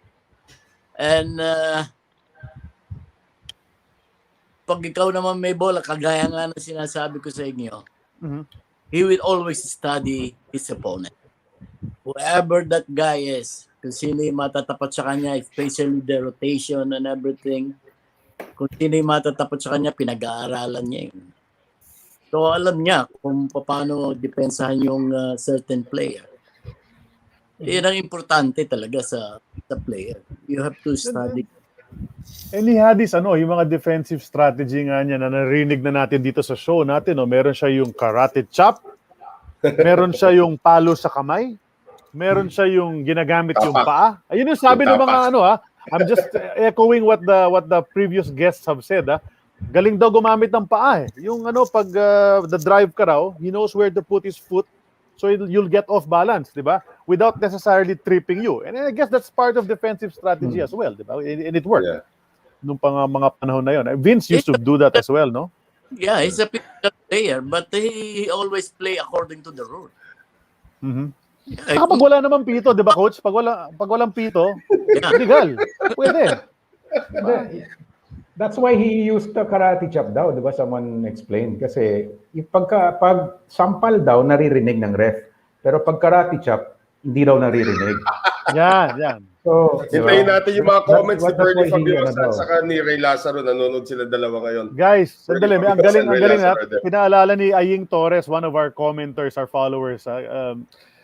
Di ba, when you say na yung mga asawa daw kung bumantay sa mga husbands nila, mala Jaworski daw or mas mahigpit magbantay kaysa kay Jaworski. That just goes to show you how tight he could guard his opponents. Imagine you're used in that expression. Mas matindi pa kay Jaworski magbantay ang wife sa kanyang husband. Diba? Tama. Diba? Okay yun. Okay, let's just check out the next photo. I like the one in the middle talaga. Parang action star yung dating ni that's Coach the first Jawo. daw. Yeah. Ito, iconic shot. Yes. Yeah. It just the caption says that when the three-point shot was instituted by the PBA in 1980, the first player to score from beyond the arc, although in a preseason game, was Robert Jaworski. So he scored the first three-point shot in PBA history. Although look at that jump shot form. Look at that form. Iconic yan eh. When he hit the winning shot in the reunion game in 2003, hindi na ganyan yung talon niya. Set shot na lang yung ginawa niya. Shoot pa rin. I think he was one of the first players who really embraced the three-point shot when it was introduced. That's right. Kasi first season ng I looked up his stats. The first season of the three-point shot in 1980, he averaged almost 5 attempts per game. And that was 1980. So parang tuwang-tuwa siya eh. Parang he had a new toy at his arsenal. Yung ibang players kasi they didn't really embrace it like he did. So it just goes to show he was also very forward-thinking as a player. Did you guys in practice see him shooting those 3-pointers? I guess Dodot, you saw him practicing that. Vince, siguro you guys would take turns taking 3-point shots during practice? Labanan niyo si Jawo. We had lots of drills. Coach really believed in routines. So, syempre, yung first part of practice usually was shooting. So we would do a lot of different shooting, and we'd do the 5 spots, but then we'd also back it out to, if you could shoot the farther shot. And, even in those little drills, he would make it a competition because he'd split the team, right? And whoever was the first to finish, how many shots from each spot, all go around the court, the other team had to run. So it made you want to focus, and he did it in such a way that, it was a competition, but you learned a lot, and you learned how to focus as well, because, there's a certain pressure when the other team's also shooting and they have good shooters. So, yeah, he would really work on that with us. Yeah, number 7 shooting the 3-point. Remember, he had a record, 8 3-pointers that stood for a while before it was broken. No, by I think si Alan Kaidik, no, broke that. It was tied by Al Solis and Ricky Brown, and then it was Alan Kaidik. And then finally broken by Alan guys, Kaidik. remember yung 3-point line pa nun wasn't hanggang sa baseline, diba? It was like it branched out sa 15-foot. Parang horseshoe. Parang horseshoe siya. No? So it was actually tougher to shoot 3-point shots noon kasi very limited yung space where you could take the attempt. Yeah, but he would always shoot mostly from the top. Hindi naman siya nag-corners, di ba? Tanong ko kay Coach Rino, hinamon ka ba ni, may bagong 3-point line. Tara, Rino, subukan natin. Wala, hindi naman ako sumasali sa kanila dyan. Hindi yan yung ano mo, coach, no? Hindi ka nakikisuti sa Toyota, sino ka ni Jaworski pagdating sa, may 3-point line dito, sino yung ka-shooting niya dyan? Paramihan tayo. I'm sure may ginanon siya sa Toyota.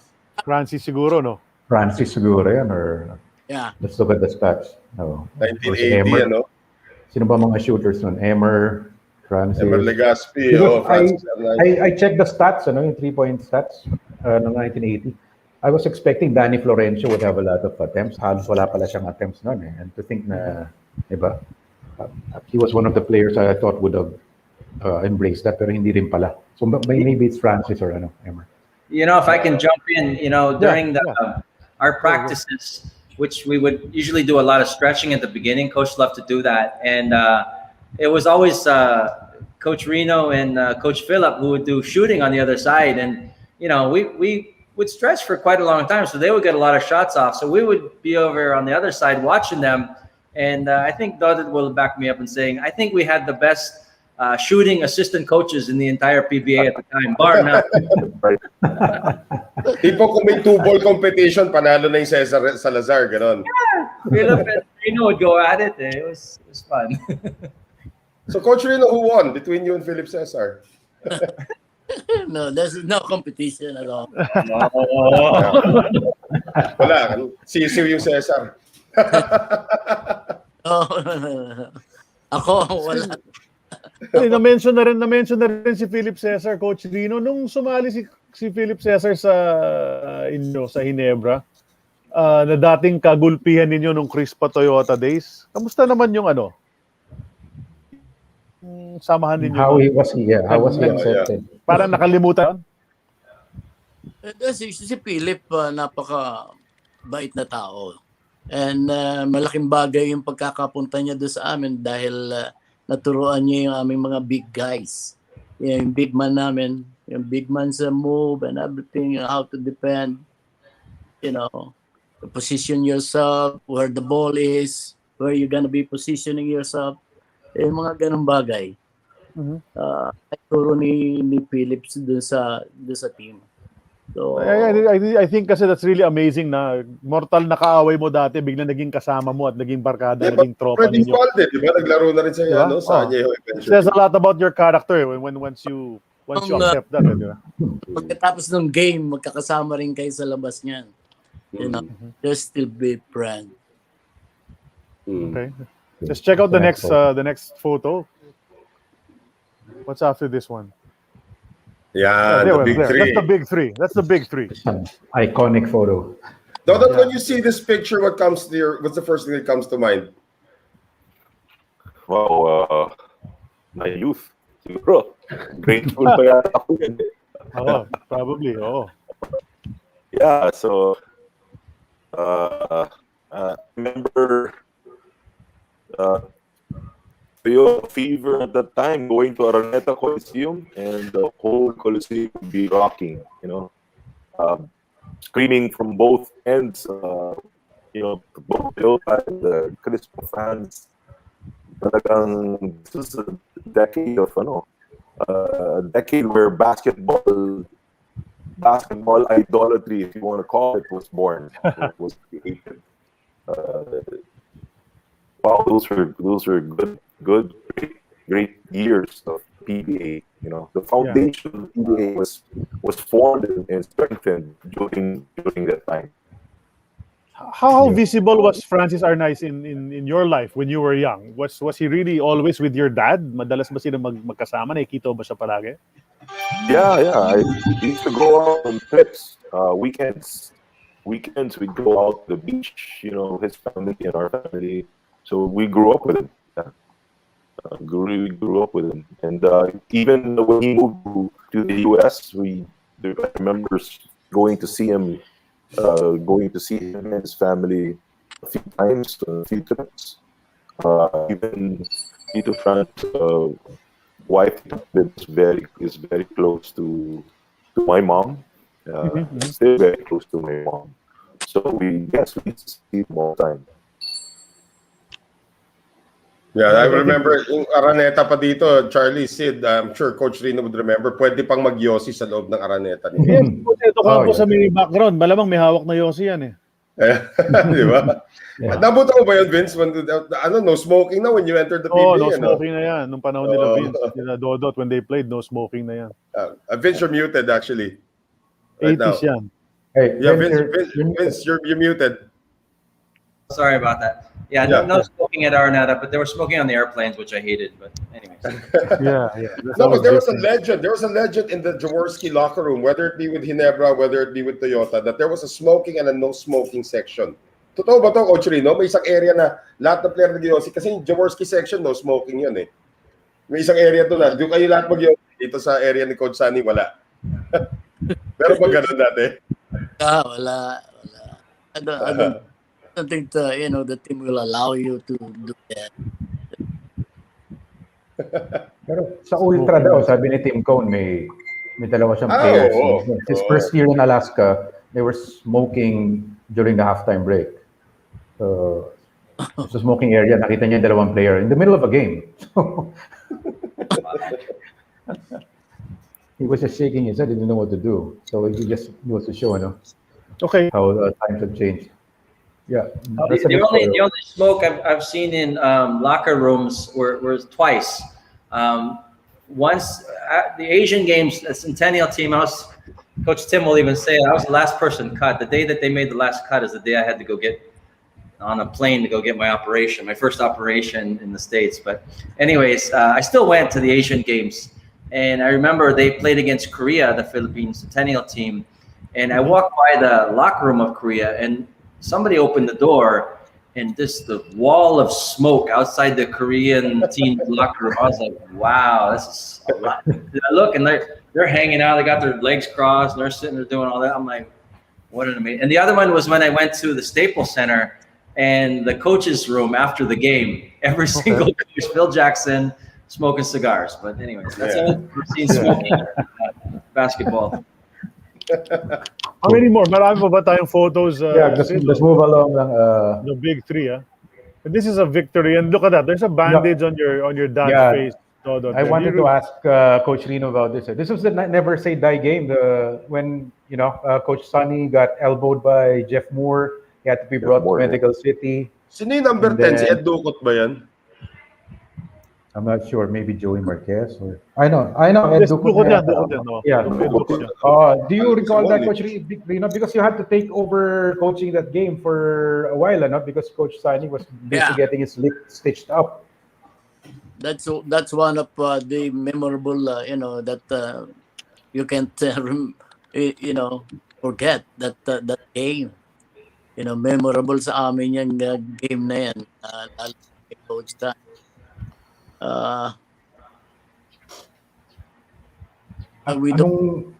Hindi namin alam na makakabalik siya eh. All of a sudden, he's back. And Do you remember the reaction of the crowd when he re-entered the game? Oh, yeah. Crowd went wild. The whole time because he's been, he's hurting and, he's still deliver. He was still able to perform. The ultra was Malaki rocking. talaga yung malaki yung hiwa niya, no? It was really big na. It was. It was big. Dot, were you at this game? Were you at this game, the NSD game? No, I was just at home watching it. Yeah, I remember that team because we were so worried. My dad had to be out of the game, but we were all surprised. Also, wala pang second araw, diba? So we couldn't find out what's happening. All we know is that he had to get stitches, and all of a sudden he comes back with a plaster in his face, and they end up winning the game. And he played a very critical role during that time. So again, ito yung mga defining moments that made the never say die. Diba? Diyan na coin yung never say die. Yung duguan ka na, pasag na yung mukha mo, buwan ka pa, play your heart out to win the game. Kaya talagang iba. Idol talaga si Po. That's right. Okay. Okay, ano susunod dyan? Yan, nakabalbas pa si Francis. Kala ko talaga si Bon Fernandez yung isa number 10 eh. Pero, pero hindi. Ibang team yun eh. Next photo please, Aaron. Oh, wow. Wow. Okay. Sid, I think you have a question about this, no? Yeah. For Coach Rino, did Coach Sunny have any problems dealing with Billy Ray Bates? Because we heard a lot of stories about his stint with Crispa. Yeah, and then 3 years later, he came back with Ginebra. And I just wanted to know if, he encountered any unusual situations with Billy Ray Bates when he was with Ginebra. Yes, of course. That's Billy. The problem. Bakit, Coach? Anong ginagawa ni Billy Ray Bates? Maraming ginagawang kalokohan niya. But Coach Sunny was able to handle it professionally. So, naayos naman niya si Billy. Yeah. Mahirap hawakan si Billy. So, paano niya ginawa, Coach? Yung kunyari, may mga ginagawang katarantaduhan to si Billy Ray Bates. Kinakausap ba niya? Sinisigawan ba niya? Anong approach ni Coach Sunny sa kanya?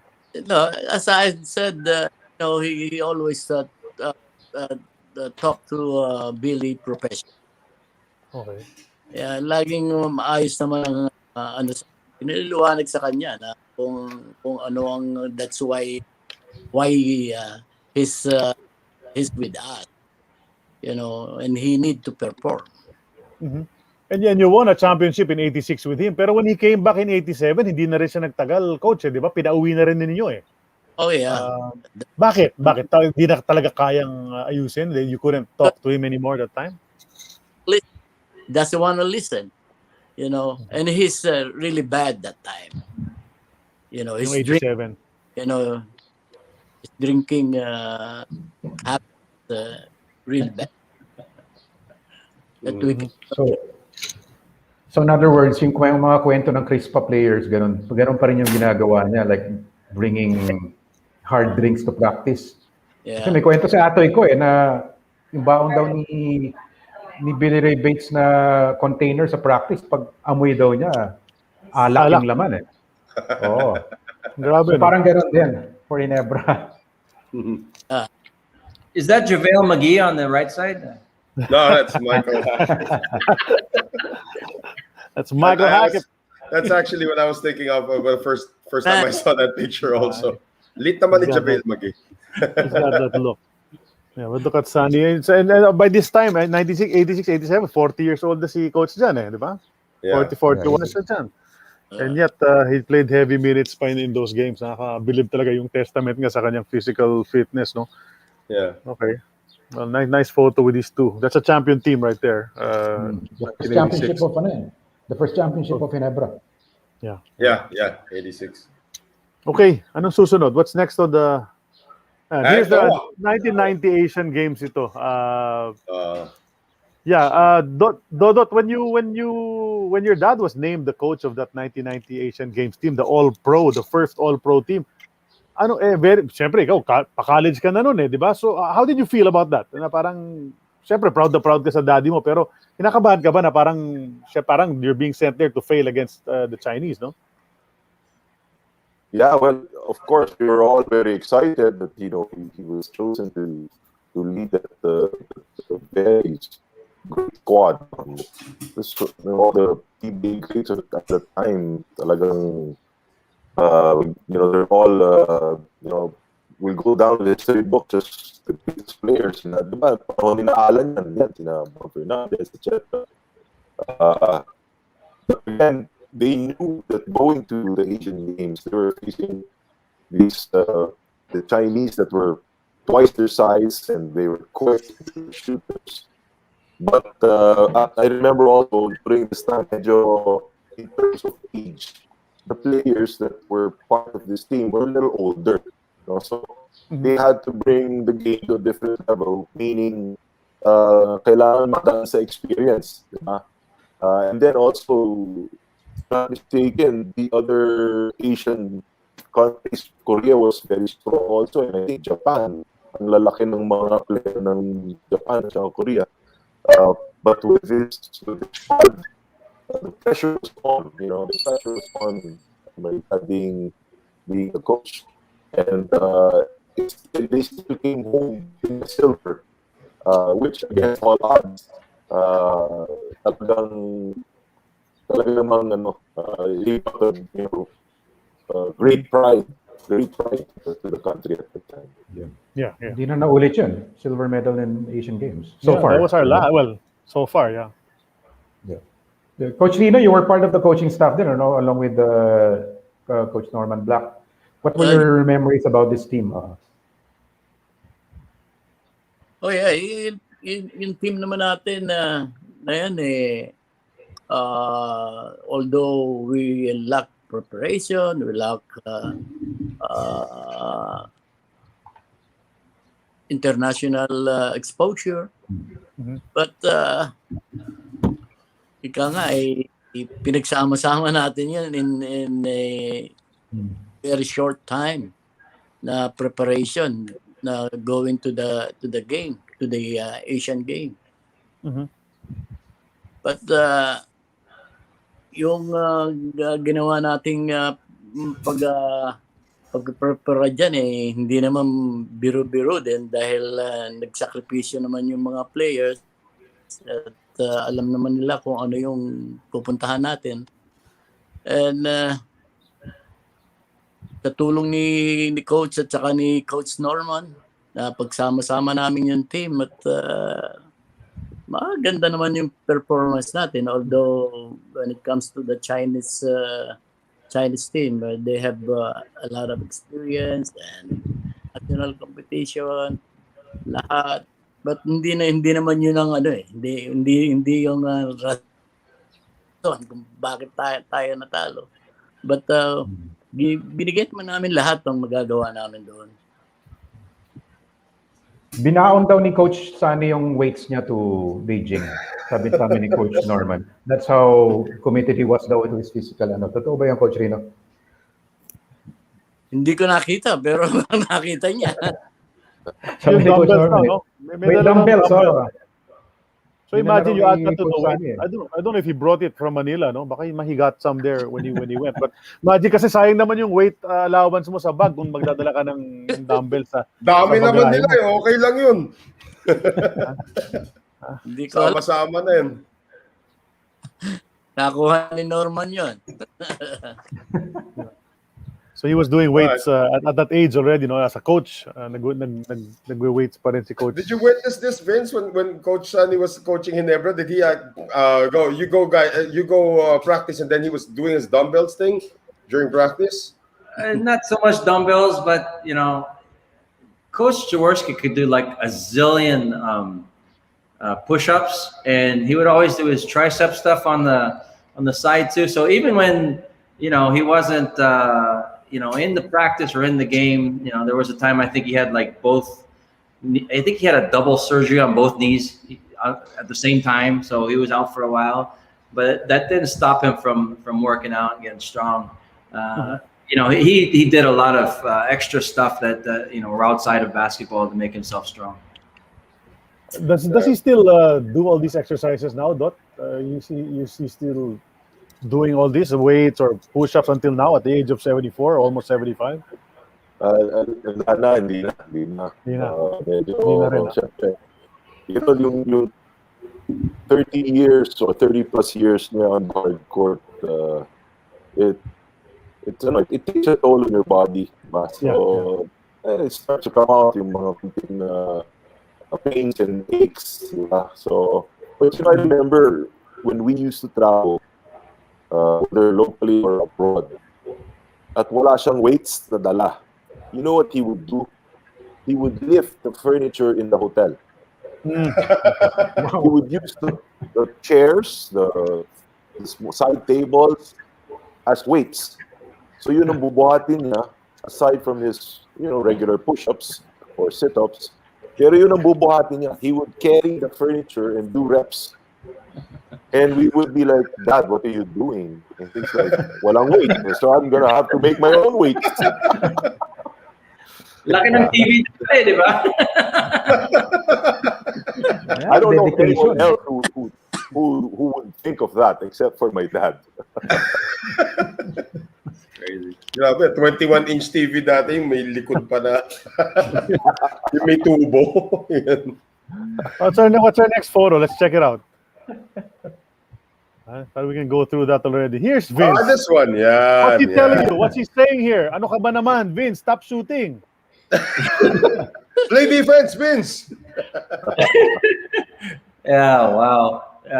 Wouldn't you guys like to know what he's telling me? Just kidding. No, I'm sure he's saying something about my defense, since that was the most suspect part of my game. But anyways, he was, again, this is to show what kind of a heart coach had to really try to get to you, to inspire you and get you to play to a higher level. He would try to talk to you. If, as you can see, he's trying to look me in the eye. I'm the one that's kind of shying away. But he really wants to talk to you. His focus is you. So you really feel like, special in that sense. And, it's really like a father's love right there. And in fact, I have a picture on my social media. I have a picture very similar to this, where I'm talking to my son who had a fall and, he really needed some encouragement. So, whatever Coach Jaworski did to us, we emulated or try to copy it with our own families. And, we learned so much from him. Again, always the encourager. Yeah, so that's a nice photo. You can really see, and obviously you did something wrong here because you can't look at him, no? Right? Yeah, it's like, I probably got beat on the baseline or something there. Vince, Alan Kaidik has 50 points already. What will you do? So that's what he's saying right there. So Alan was fun to guard. I just got to say it. And I only told him this recently, and he just kind of looked at me and goes, "Oh no," because I figured out what Alan's weakness was when he's shooting. It was when you touch his left ear, because he's left-handed. So when I would go by, I always try to like flick his ear as I'm going by. No way, really? Yeah. That's a fact, huh? The vintage day tapes, and you'll see he's looking back at me like, what's this guy doing? Anything to get into their head, right? That's the Vince Hizon defense right there. Touch him in the ear. Let's look at the yeah, touch him. Oh, what's next, Grabe. Aaron? After this one, this is Vince, okay? And what's the next one? Well, obviously there they Ah, go. there you go. Yeah, father and son. Dot, what was it like when you were drafted finally and you knew that you were making history already by being the first father and son tandem? Well, excited. I was very excited. At the same time, I was also very scared. Scared because I had very big shoes to fill. But I also realized that for me to be part of the team was already, the greatest experience of my sports career, and that I just had to play the role that my dad made me play. Instead of me trying to fill his shoes, I just had to, again, just play my part. Because no one else can fill Jaworski's shoes but himself. And once I came to terms with that, I enjoyed playing for my dad even more. And definitely, that's one of the greatest experiences of my life, being able to play in the same team with my dad, and more than that, winning a championship with him. Right. So, talagang blessing. What a blessing. When you were drafted to go into the PBA, Dodot, obviously it's your dad that drafted you. You heard a lot of criticism. I'm sure there was a lot of people making snide comments about it, saying, kaya lang napili yan dahil anak siya. What did your dad tell you through all of that? When you were hearing all of these things, people were saying negative, people would boo you. What was your dad telling you all this time? Well, he said, the reason why he lasted so long in basketball is because he didn't want, and he didn't read the comments of the writers. He said that let people have their own opinions about you, but every time you step on the court, you give 100%, and that's all that matters. If you play your heart out, you give your best, then you have you don't answer to anyone but yourself. So that's one thing that you actually cannot only use in the game of basketball, but you can use that in the game of life. No matter what you do in life, no matter what pressures surround you or hound you, for as long as you give your all, you prepare for whatever comes in front of you. You do your homework, you work your best, and put your heart there. Then you've done your share, and be happy. You don't live for others. You don't live for others. Yeah, my question lang. Yeah, I have a question lang. You were drafted in the second round, your first round pick was EJ File in 1995. Hypothetically speaking, if some other team decided to mess around and draft you ahead of your dad, would you have played for that team? I think the first round was Marlu Aquino. 95. Ayun yung 95 yun yung na si Marlo parang nagkaroon ng problem. Then 96 siya nag-rookie, pero di ba si Marlo pumasok noong 95 tapos nagka-problema sa papeles or something like that, sa eligibility. Well, yeah, anyway. Well, anyway, for example lang, hypothetically, if another team had drafted you before your dad got to you in the second round, just to, mess around. That crossed my mind. That actually crossed my mind. And then I asked my dad, I remember asking him about it. And I said, what if some other team drafts me before Ginebra? And sabi niya naman sa akin, huwag kang mag-alala, hindi mangyayari yun.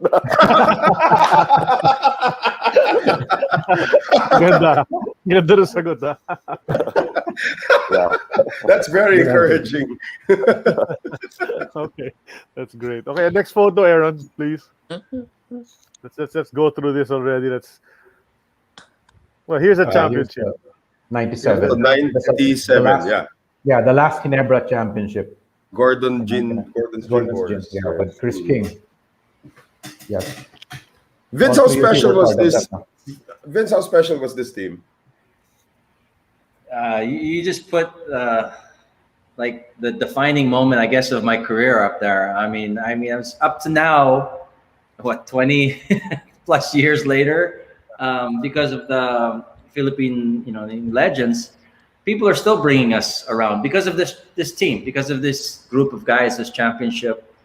it was so special for so many people on so many levels. I mean, for us, all of us, obviously, as a team and individuals, it was great. But it spread so much bigger than that. And it was just amazing, very special because, of course, this was Coach Jaworski's last championship, and I think it was a big one for so many, especially me, because I also had my doubters going in. People said this, that, whatever, but I think after this, nobody could really say anything because we were on top. We were on top of our game. We were on top of the league. So very, very special.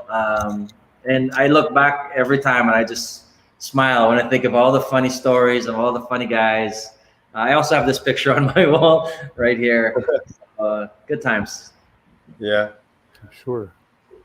So yeah, that's a very crowded locker room, though. Yeah. And a lot of people forget, actually, guys, that Chris King was a replacement import. Yeah, so he came in and then parang he was the quiet guy. What was that like, Dot? Was Chris King really that enigmatic? Who's this guy? And then all of a sudden he becomes a leader on the court. Yeah, Chris King he was all business on the court. He's also a motivator. He did not like slacking in practice, that's for sure. He took the game very seriously.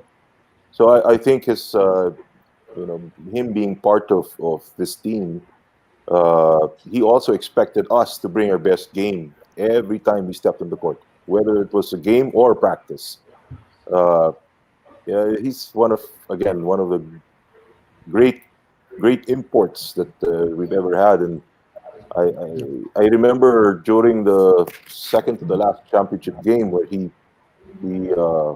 tore his hamstring going up for a dunk, and we were very worried and devastated because we thought that he would not be able to play after that.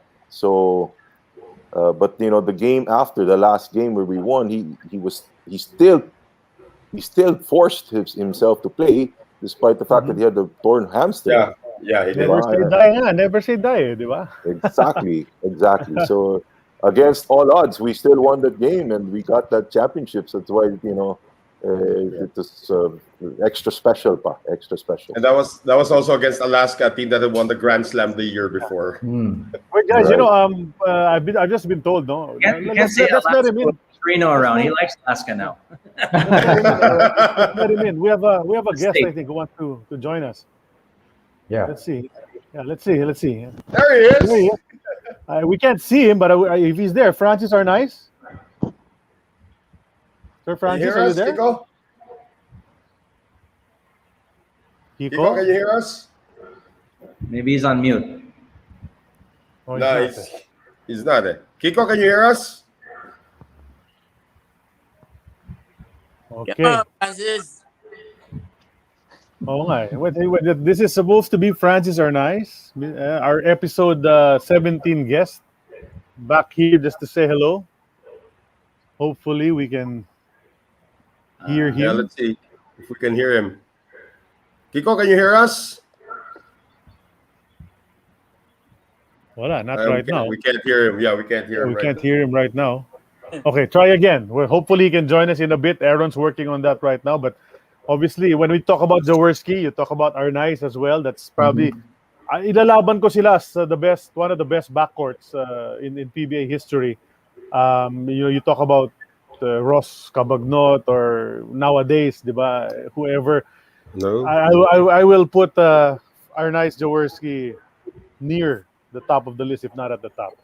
As a tandem. So hopefully Francis can come in. Okay, do we have a photo left there, Aaron? Just so we can finish that already. After this one, that's the championship. And then here's Coach Rino. Si Philip, yan. Coach Rino. Ano na mga okasyon dyan? Anong naalala mo dyan? Oh, sa Chiefs to. Sa Chiefs. Balikbayan ako. Okay. Sa Chiefs, kay Noli. Si Noli Locsin dyan di ba? Oo, kay Noli. Yeah, diyan kami nakita-kita uli. Nila Dodot, Parang reunion ng 97 team. Yeah. Saka teritoryo ni ni Philip, sa San Juan yan di ba? Right. Oh. That bar. So, There. Let's try him hopefully again. Sir Francis, Francis? can you hear us? Hello. Hello? Ayun. Yeah, there was Hello. Francis, yeah, can you hear us, sir? You know, malabo ang audio. You're coming in very choppy, you know, so Oh yeah? yeah. We Now can hear you now. oh, you can? Oh, good. Yeah, we can Yeah, hear you. We can hear you well. Okay. Yeah, we're with Rino Salazar. Dodot's here also, and Tito Vince Francis, Hizon. how are you? I know. Dodot, kumusta na? Yeah, Nice to see you, guys. we're here trying to celebrate your good friend Sonny Jaworski. It's his birthday on Monday, and that's why I invited you to come in. I don't know if we're gonna see you, but at least we can hear you. Yeah, do you want to share anything about Sonny, or you want to give him your birthday wish? You can do that now. Yes, okay. I'll start with saying hello to Dodot. Rino, nice to see you, Rino. Kita tayo first week of April, okay? Oh, yeah, Are okay. you in Vegas, Rino? Yeah. Okay, kita tayo. And Vince, how are you doing, Vince? How's your golf? Let's play. I'll tell Tito. We'll make a flight. And Dodot's back playing again. Yeah, let's play. Let's play. Tito. Well, anyway, guys, I can hardly hear you, but I hope you can hear me. I just want to take this opportunity. First of all, thank you for for inviting me. I just want to greet my very, very good and best friend, Senator Jaworski. Sonny, happy birthday. Happy 75th. I know your birthday is March 9 pa. 8. Huh? Pero advance na lang. Ha? And I know we have not seen or talked with each other maybe the last couple of years. Pero I just want you to know I think of you and wish you the very best. Happy birthday. And what else can I say? Let's just enjoy the grandkids nowadays. Francis, maybe you can share one particular anecdote about Sonny on his birthday. I mean, one anecdote that maybe the fans don't know about.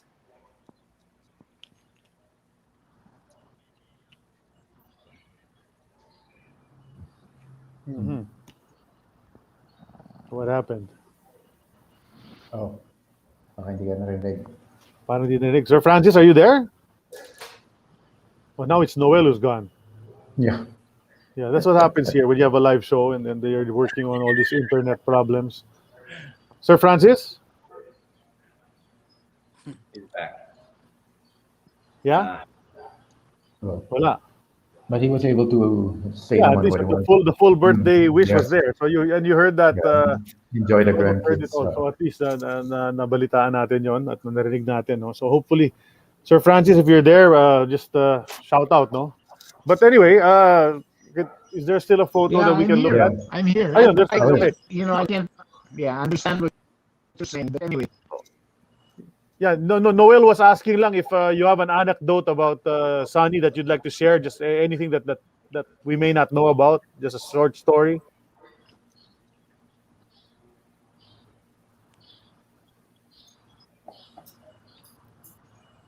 Wala, it's not working, I think. Yeah. Stuff. Okay, let's yeah, look at the next yeah. photo, please, Aaron. Yan, wala na rin siya. Nawala na rin connection niya.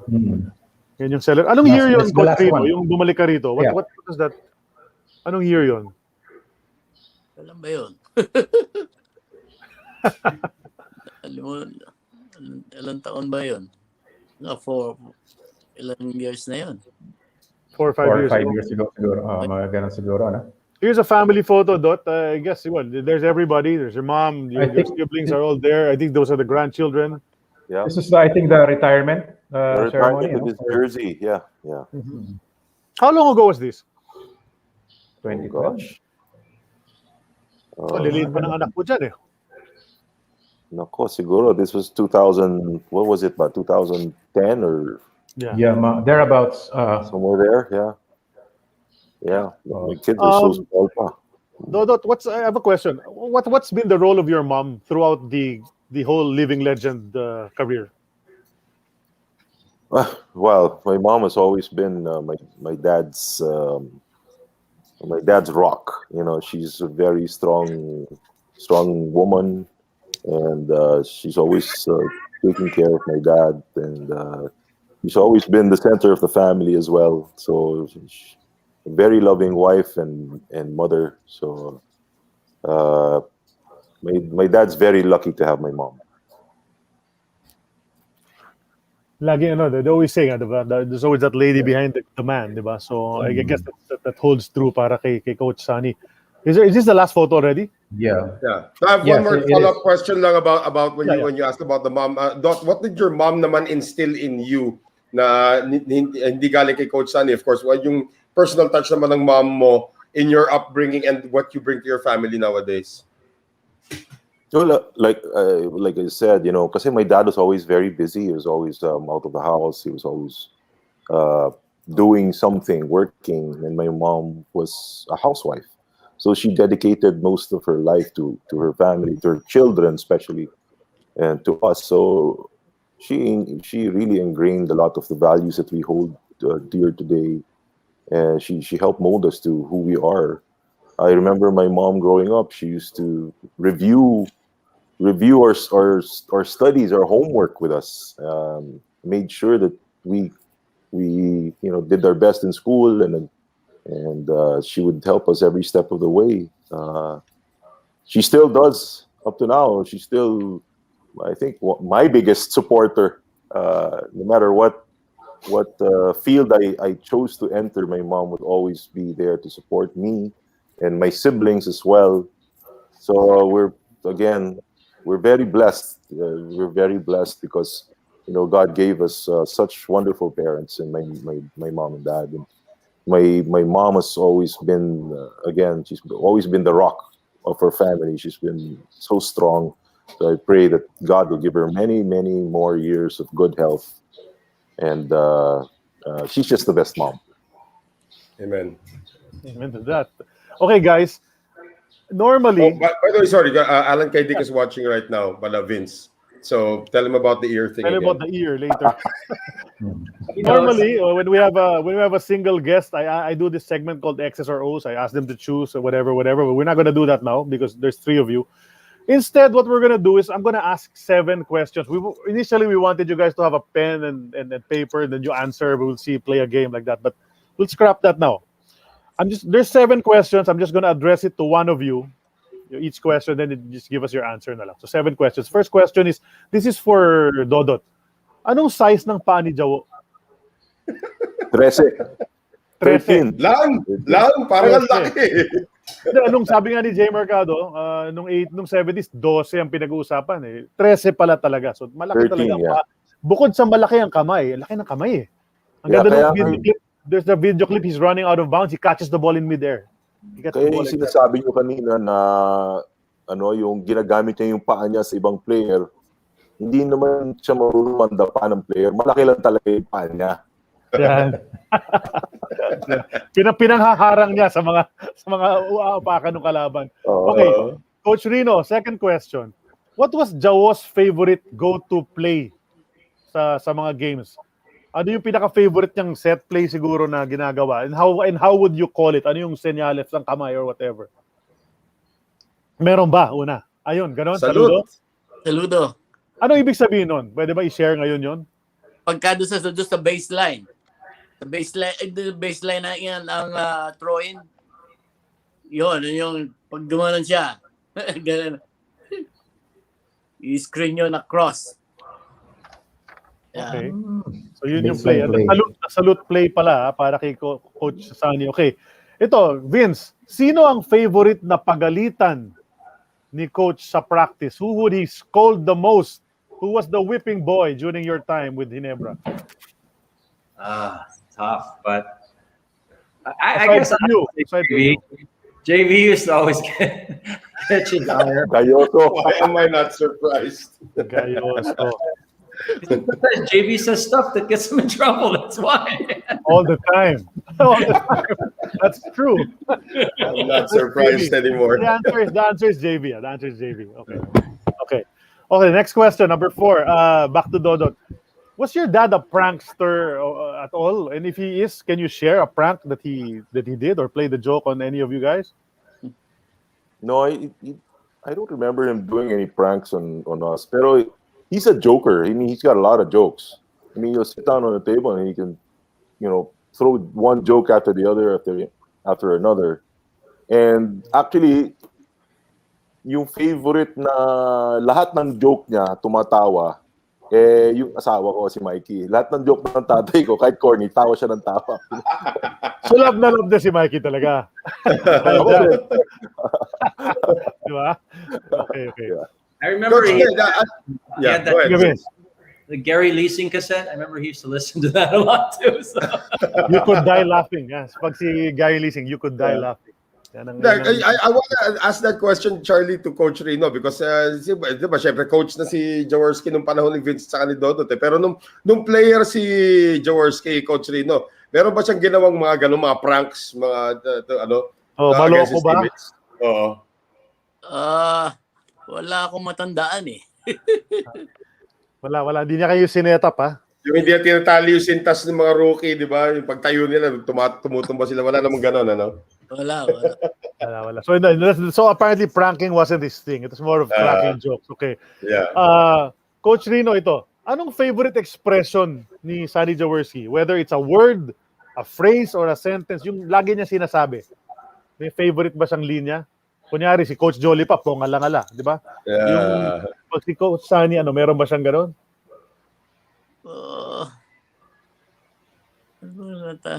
Wala. Wala rin. Dodot, how about you? Is there any line or word or phrase that he always says a lot? Or that he says a lot? I don't think I can say it live on. Okay. Do you concur, Vince? Do you concur? Okay. Cannot be. Okay, but there is. Yung Coach Sonny, I remember always, this is you. Diba? That's when he has the board with the red. This is you. Ganun yan eh. This is you, pare. This is you. So bawal. Okay. Hindi pwede. Kwento mo na lang sa amin off-cam, Dodot, next time. Pagka meron siyang sasabihin na kung hindi siya sumasang-ayon sa'yo o sa sasabihin mo, ang una niya sasabihin, I hope you don't mind. I hope you don't mind. Yun yung pasok niya. But, yun ang pasok niya. Yan. I hope you don't mind. But, yan. Tuloy-tuloy na yun. Tapos, if you insist on what you're saying, yung susunod ng beep, hindi na lang. Okay. Mumurahin na niya. Naramdaman ko yun. That was question number 5. That question number 6, Coach Rino, aside from never say die, kasi alam na natin yun siya yung nag-umpisa ng never say die, what is his greatest achievement as a basketball player? Napakalaking impluwensya niya sa mga tao, lalo na sa mga manlalaro na katulad na namin noong araw na every time you play, kailangan ibigay mo lahat yung at wala kang oras na dapat nagpapahinga. Kailangan talagang alerto ka. Offensively, defensively, makikita mo siya yung effort niya, yung always hustle. When you hustle, lagi niya sinasabi, when you hustle, a lot of good things will happen. Will come to you. So, yung mga ganon, he's very, very good in those little things in basketball. His basketball IQ is very high. Nice, I agree. Yun ang maganda doon kay Sonny. Like pagdating doon sa competition, talaga iba siya, he's a competitor. He's a gladiator when who goes inside. Yan. Yeah, Ganda, yan, magandang word yan. Gladiator. Gladiator, yeah. or in the Plug game, in ko lang, dumating na eh. you mean business. We always emphasize that. When you go inside the court, you mean business. You have to to practice hard and play hard. Walang joking around. Talagang seryoso, ha? No, you have to be dead serious when it comes to that's your life, the business. Okay, that's it's a question number 6. The last question, I'll ask Vince. What is your greatest personal memory of Sonny Jaworski? The one that you'll tell forever, aside from the Jaworski forever story. Wow. So many. I couldn't possibly pick just one. There was, it wasn't just a matter of just like one moment, although there were so many. But when Coach was at his best, hey, thank you for our GCs, Taco Bros. No, again, he was all encompassing, because Coach would actually really make the effort to get to know each and every one of us. Like, he would set us aside and really go and make it a point to understand us, where we came from, because we're all different. I mean, we had the Chinese connection, Benny and Wilmer. We had me, I was the US. We had all kinds of different backgrounds coming together on one team, and he really made an effort to really get to know each and every one of us, to see what makes us tick. Because once you find out what makes somebody tick, it's much easier to motivate them. So I guess for me, the easiest way to put it, it's not really one, but a whole collection of things. Just like what Coach Jaworski was for me as a player. He could do so many things really, really good.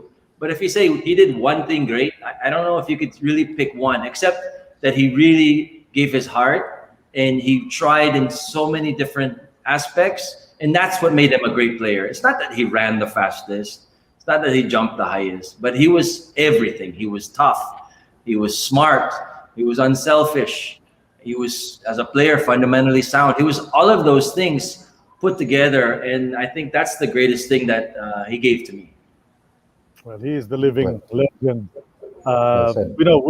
We've been here for about 2 hours already, and so we do need to close. An eternity of basketball.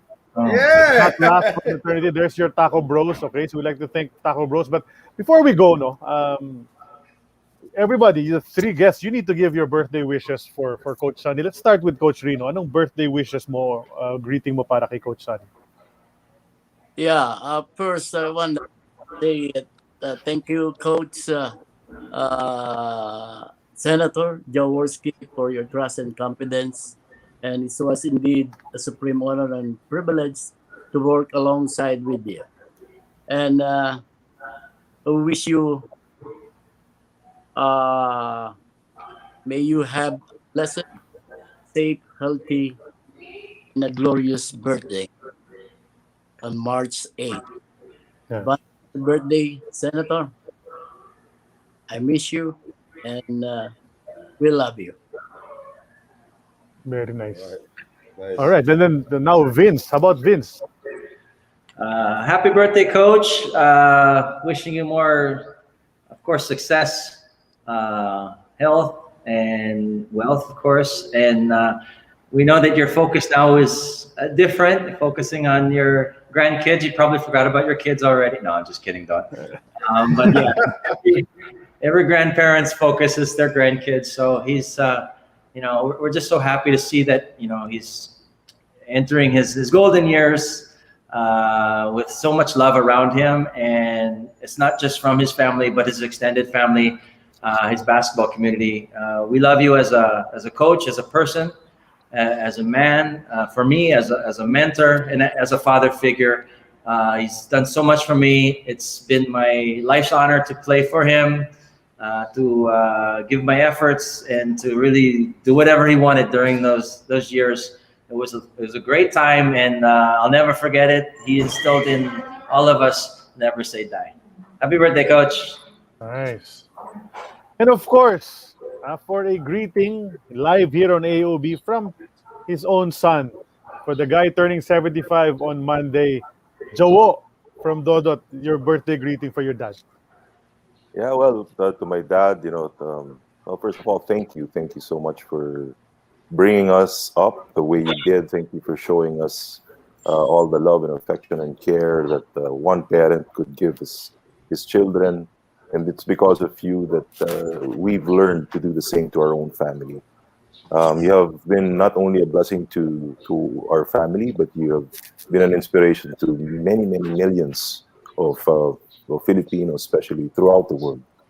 Your legacy was something that no one can ever replace, and you've brought pride to all of us because you've touched our lives in so many different ways.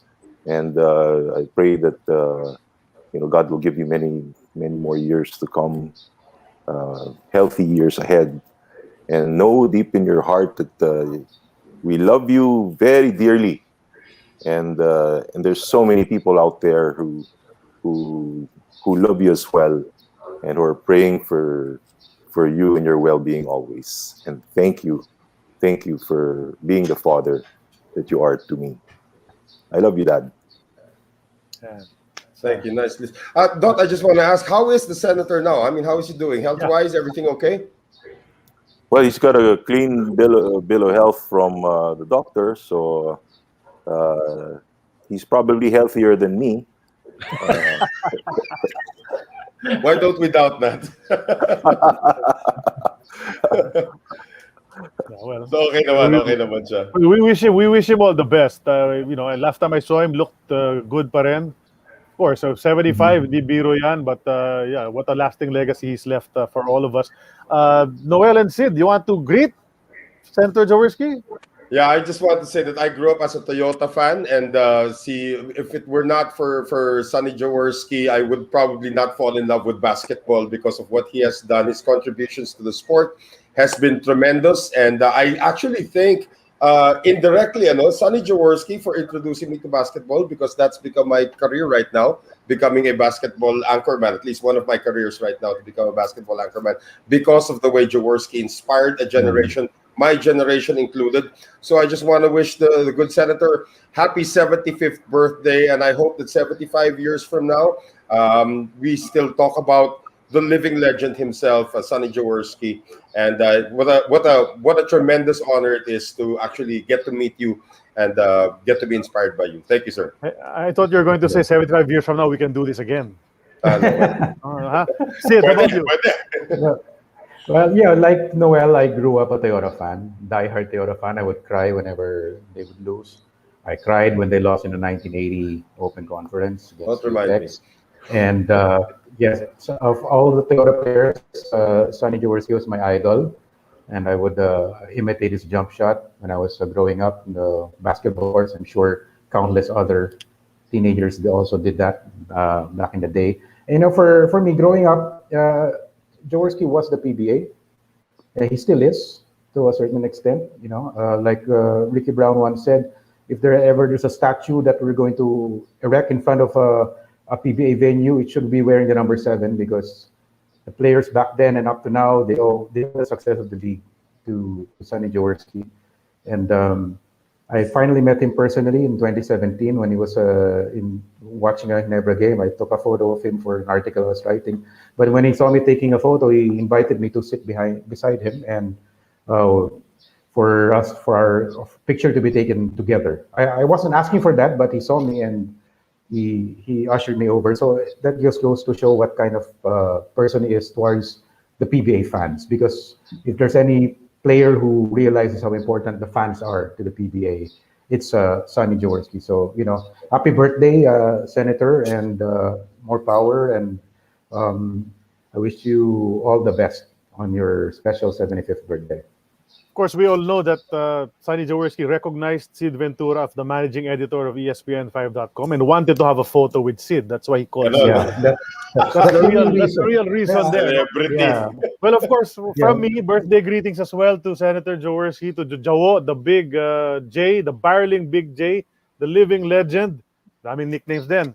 And of course, the never say die guy of the PBA and Philippine basketball together. That's greetings from me, from Jay Mercado, our PBA historian here in AEOB, from Aaron Aronson, our producer there in Michigan. He helps us out all the time. So greetings from AEOB to number 7, Jawo. And maybe one day, he will be with us here on AEOB to share his own stories. Siya mismo magkikwento para sa atin. Baka makumbinsi ni Dodot, tira natin.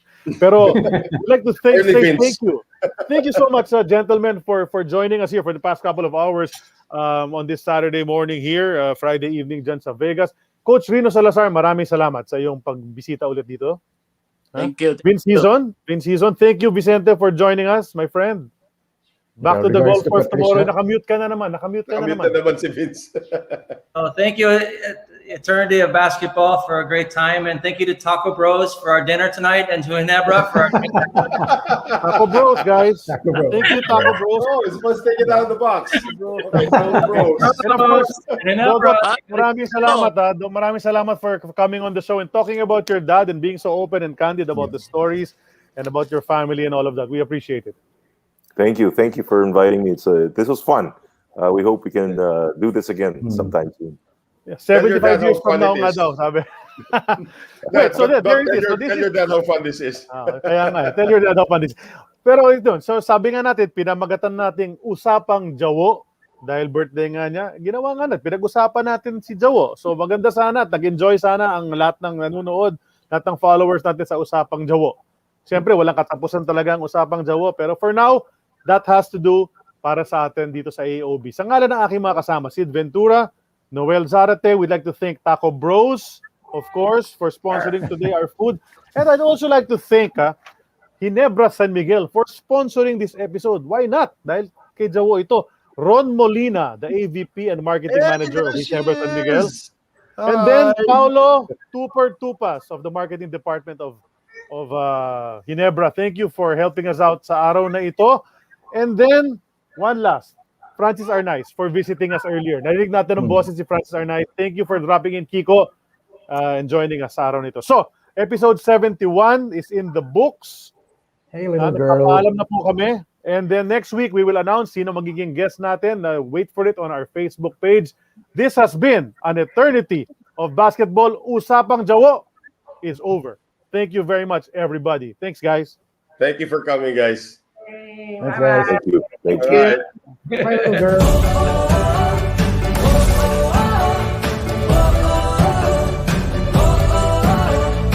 Sa bagong laban ng bayan, bagong tapang ang kailangan. Sama-sama nating simulan, higitan ng nakasanayan. Bumagsak man mula sa tuktok, hinubagad ng mga pagsubok.